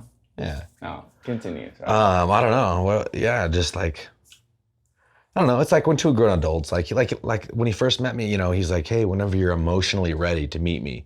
I was like, dude, I'm a grown man. Like, come meet me. I don't give a fuck. Like, what's up? So we met at a fake bar for a bar and used my fake ID and we met. But it's like, yeah, I mean, everything comes back around. My mom held whatever grudge she did. She's like, the first time I called her after we you know, me and my dad connected, I told her, I was like, hey, like, I'm gonna go to California and meet him, blah, blah, blah. And I've never seen my mom come this unglued. Like, me and my mom never argue and just, you ungrateful bastard this, like, how the fuck would you go get me, blah, blah, blah, hide your wallet, hide your camera, he's gonna steal everything you have. I'm like, you obviously have some sort of grudge against him, which is fair. Like, you guys met when you were 20 and did whatever, and he left and blah, blah, blah. But people change. It's been 20 years. Like, I deserve the, like, right to know, like, who the fuck did I come from? Whose nutsack was I fucking spawned from? You know what I mean? So I was like, no, I'm going to meet him. I don't care what you think. And it's all good now, you know? Obviously, she's has to be chill about it now. But yeah, my uncles are all cool. Met this side of my family, my Filipino family. They're crazy, man. They're going to come here one day. We'll get Uncle Mike on here. Uncle Mike's rich. Yes. Uncle Mike's. Uncle Mike is married with lots of kids. Uncle Mike. How old are Uncle Mike? Uncle Mike's probably like 37, 38, late 30s. Dude, man, that's how I feel about my dad. I'm like, never mind. It was crazy. My dad's just, he's an older, like I said, older, shorter, fatter version of me. Like, no filter, don't give a fuck. Like, just do whatever the fuck he wants. And it's obviously, you know, it can be a bad thing. Like, you died of heart problems, and I feel like I've already had like echocardiograms and chicks. I have bad blood pressure issues and all that, but like, we're here for a good time, not a long time, you know? You know what I'm saying? No, that's sad to say. I'm here for a long time. I'll be here for a while. I'm not gonna have any. Yes. I'm healthy. Healthy is a, what do they say? Healthy is a horse? Mm-hmm. Healthy as a horse. Mm-hmm. I don't know. Besides the heart pain, that shit's weird, but. I don't even know. Nah, we good though. Honestly. Cinda Bear. She's passed out. What else, man? Bro. That's good. Three-ways? You ever had a three-ways? Yeah. I know you've had I have not had a three-way. Wait, talk to me. What are we gonna have to? I feel like, yeah. I feel like never have. Wait, what? Never had a three-way. I could do. I feel like two guys, one girl would be a little bit kind of weird, you know. But like two girls, one guy. Wait, which would be weird? if I had guys, to, if I had to, girl. if I had to fuck another girl with another guy, I mean, I could do it, but it's like So which would you prefer? me. Two girls want me, like me and two girls. Okay, so that doesn't. Okay, same. Okay. I would like two girls, one guy. Okay. But not all guys want that. Yeah. Some guys would like two guys, one girl. So that's why I was asking. Some girls are the same way. Some Yeah. girls want two girls, one guy. Others want two guys, one girl. Yeah. I think I was gonna have my first three-way, and then one of the girls got too drunk, passed out drunk in my bathroom, and it was just. Wait, have you? So you've never had a three-way? Nah, never. If you were to have a three-way, which talk me through it. Yes, Ryan, we would love to. I don't think I've ever thought about it. You've never thought about a three-way? Well, no, I've definitely thought about a three-way, but I've never thought about the particular situation and/or / positions. But I think You're there'd not be. thinking about positions. I'm thinking about who, or, No, you're or not how. thinking about who. Probably So- one here, and one up here. I'll just swap, Girl, That's boring. girl, guy. What the fuck? What do you mean that's boring? I only have one dick. What am I supposed to do? What's boring? Keep going. What's boring? In my opinion. Put it on. Opinion. No, say it. Put your thing on. Say it in the mic. Oh, I was looking at this. What do you mean? They told me that though. No, I agree. I think for men, obviously, two girls, one guy, that's It's gonna be not a always. dream. But Like a little it's DP. gonna be a higher percentage for sure. But I think when it's two girls, it's just less to like. There's more to do in a lesser way. More to do in a lesser way. Yeah. Does that make sense? I feel like it's easier to make a guy come than a girl come. Of course. Of course. Exactly. There's more to do in it, like True. You have to. Yeah, the guy has to work a little bit more. Like. that on top of. I don't know. I guess like as a female, if I were in a threesome with another girl, another guy, I think it would be more fun to have two guys than one girl. But that also is a female. But at the same time, I think it'd be more fun for both the guys, me being the female, as one female. Does that make sense? Yeah, it absolutely makes sense. You'd rather have DP than you. No, no, that's not what I'm saying. Well, that is what you're. I mean, okay. Never mind. This is just from a female's. Oh, for sure. No, it's easier. Like. Here's what I think is. It's not. Has to take his hair. I get shut the fuck up. Not. Some girls do want two dudes and one girl, and some girls want two girls, one guy. Yeah. I know. So I don't think it's only. No. Oh. See, I just never like. Oh. No, I don't know. I just could never. Like if I'm on a three-way with another guy, like I ain't touching his dick whatsoever. Like. See, that's what would make it unfun. Really, you want me to touch his dick? Mm-hmm. Do what? Figure it out. Nah. Figure it out. Like if. No, I'm just not actually. All right, guys. Obviously that we're getting really ridiculous. So, You just noticed that? no, Imagine if we were live streaming, we just have comments coming in like asking these fucking. dude, I want to do this Start live, doing- but I can't do it. I'm like, oh shit, we're gonna just be doing this stuff. On everyone's secrets. Yeah. But maybe. yeah, so we should all fuck, You know, and then I think this is Plug business Talk. idea. You guys can go subscribe to our OnlyFans. Yeah, if business you- idea if you here, guys- Josh. yeah. Or you already have a couch, Blurred face couch porn. out there. Blurred face porn. Your peak couch. Ryan, have you been in the garage? Yes. Blurred face. I wouldn't want to do it on the couch, but That you would could be cast hot it though. on the couch. Yeah, Cast it on the couch and then move elsewhere.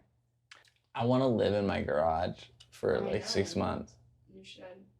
And in that time, I want to do some podcasts here and fuck in the garage. Plug Talk. Fuck talk. Plug Talk. Plug Ooh, talk. fuck talk. Josh's Palace. No, plug talk. Plug talk. Fuck talk. Fuck talk. Fuck talk. Pink Couch Chronicles. Pink talk. Ooh, Pink couch. see? Pink Couch Talk. Yeah. PCC? See? Pink Couch Talk.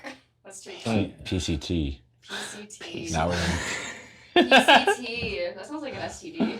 There's PCP, which is a drug that makes you want to fuck everything. PCT. I'm also in. Never done that one. I haven't done that one. Me neither, but now that you brought it up, Let's do some. PCP, PCT. PCP, plug, couch, fuck.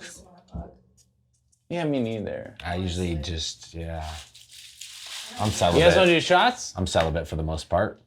And then let's go to Overland Bar. All right. Are we out? Yeah. I think we done. And Yeah, we got it. I think we got it. We got it. We got enough clips. I think we did. Dude, this has been good. You guys, I wish I could tell you the what's name. weird is like, what feels strange to me is I'm pretty drunk. Uh-huh. But when I was sitting here thinking about it, and I look outside and it looks dark, and I I was know, like, and then you go in the front and it's still but Let's light out. yeah, so it's the winter time. So I was like, I feel like, did we just podcast for like 3 till like winter? We did. But Yeah. in reality, I was like, oh fuck, it is the winter and it gets dark at 7. So I got a little paranoid. I was like, oh fuck, did So I much- just so make much everyone editing. hang out? Nah, we were, what? Can you pick that stuff up? I can't. Whenever you come on here. I can't. All right, we done. Me and Josh, I don't know. It's your boy Ryan. Hey. I wish I could drop the name of my business, but I don't want to attach into that crazy Oh, yeah, shit. you So shouldn't. just follow my TikTok and my Instagram for my music stuff, Treetop Clements. I rap about stuff. Dude, and you're good. Josh is the guy. And I think that's it, man. Me and Josh are going to write a song someday. See all these guitars. I think we should write a song sooner than later. Probably right now. We should probably write a song. All right, let's so. go. Right Anyways, at that's your boy, Treetop Clements. Josh, best podcast in the world. Coming up. We already out here, so make sure to subscribe and follow. And don't let your brother fuck your wife. So peace. Nobodies.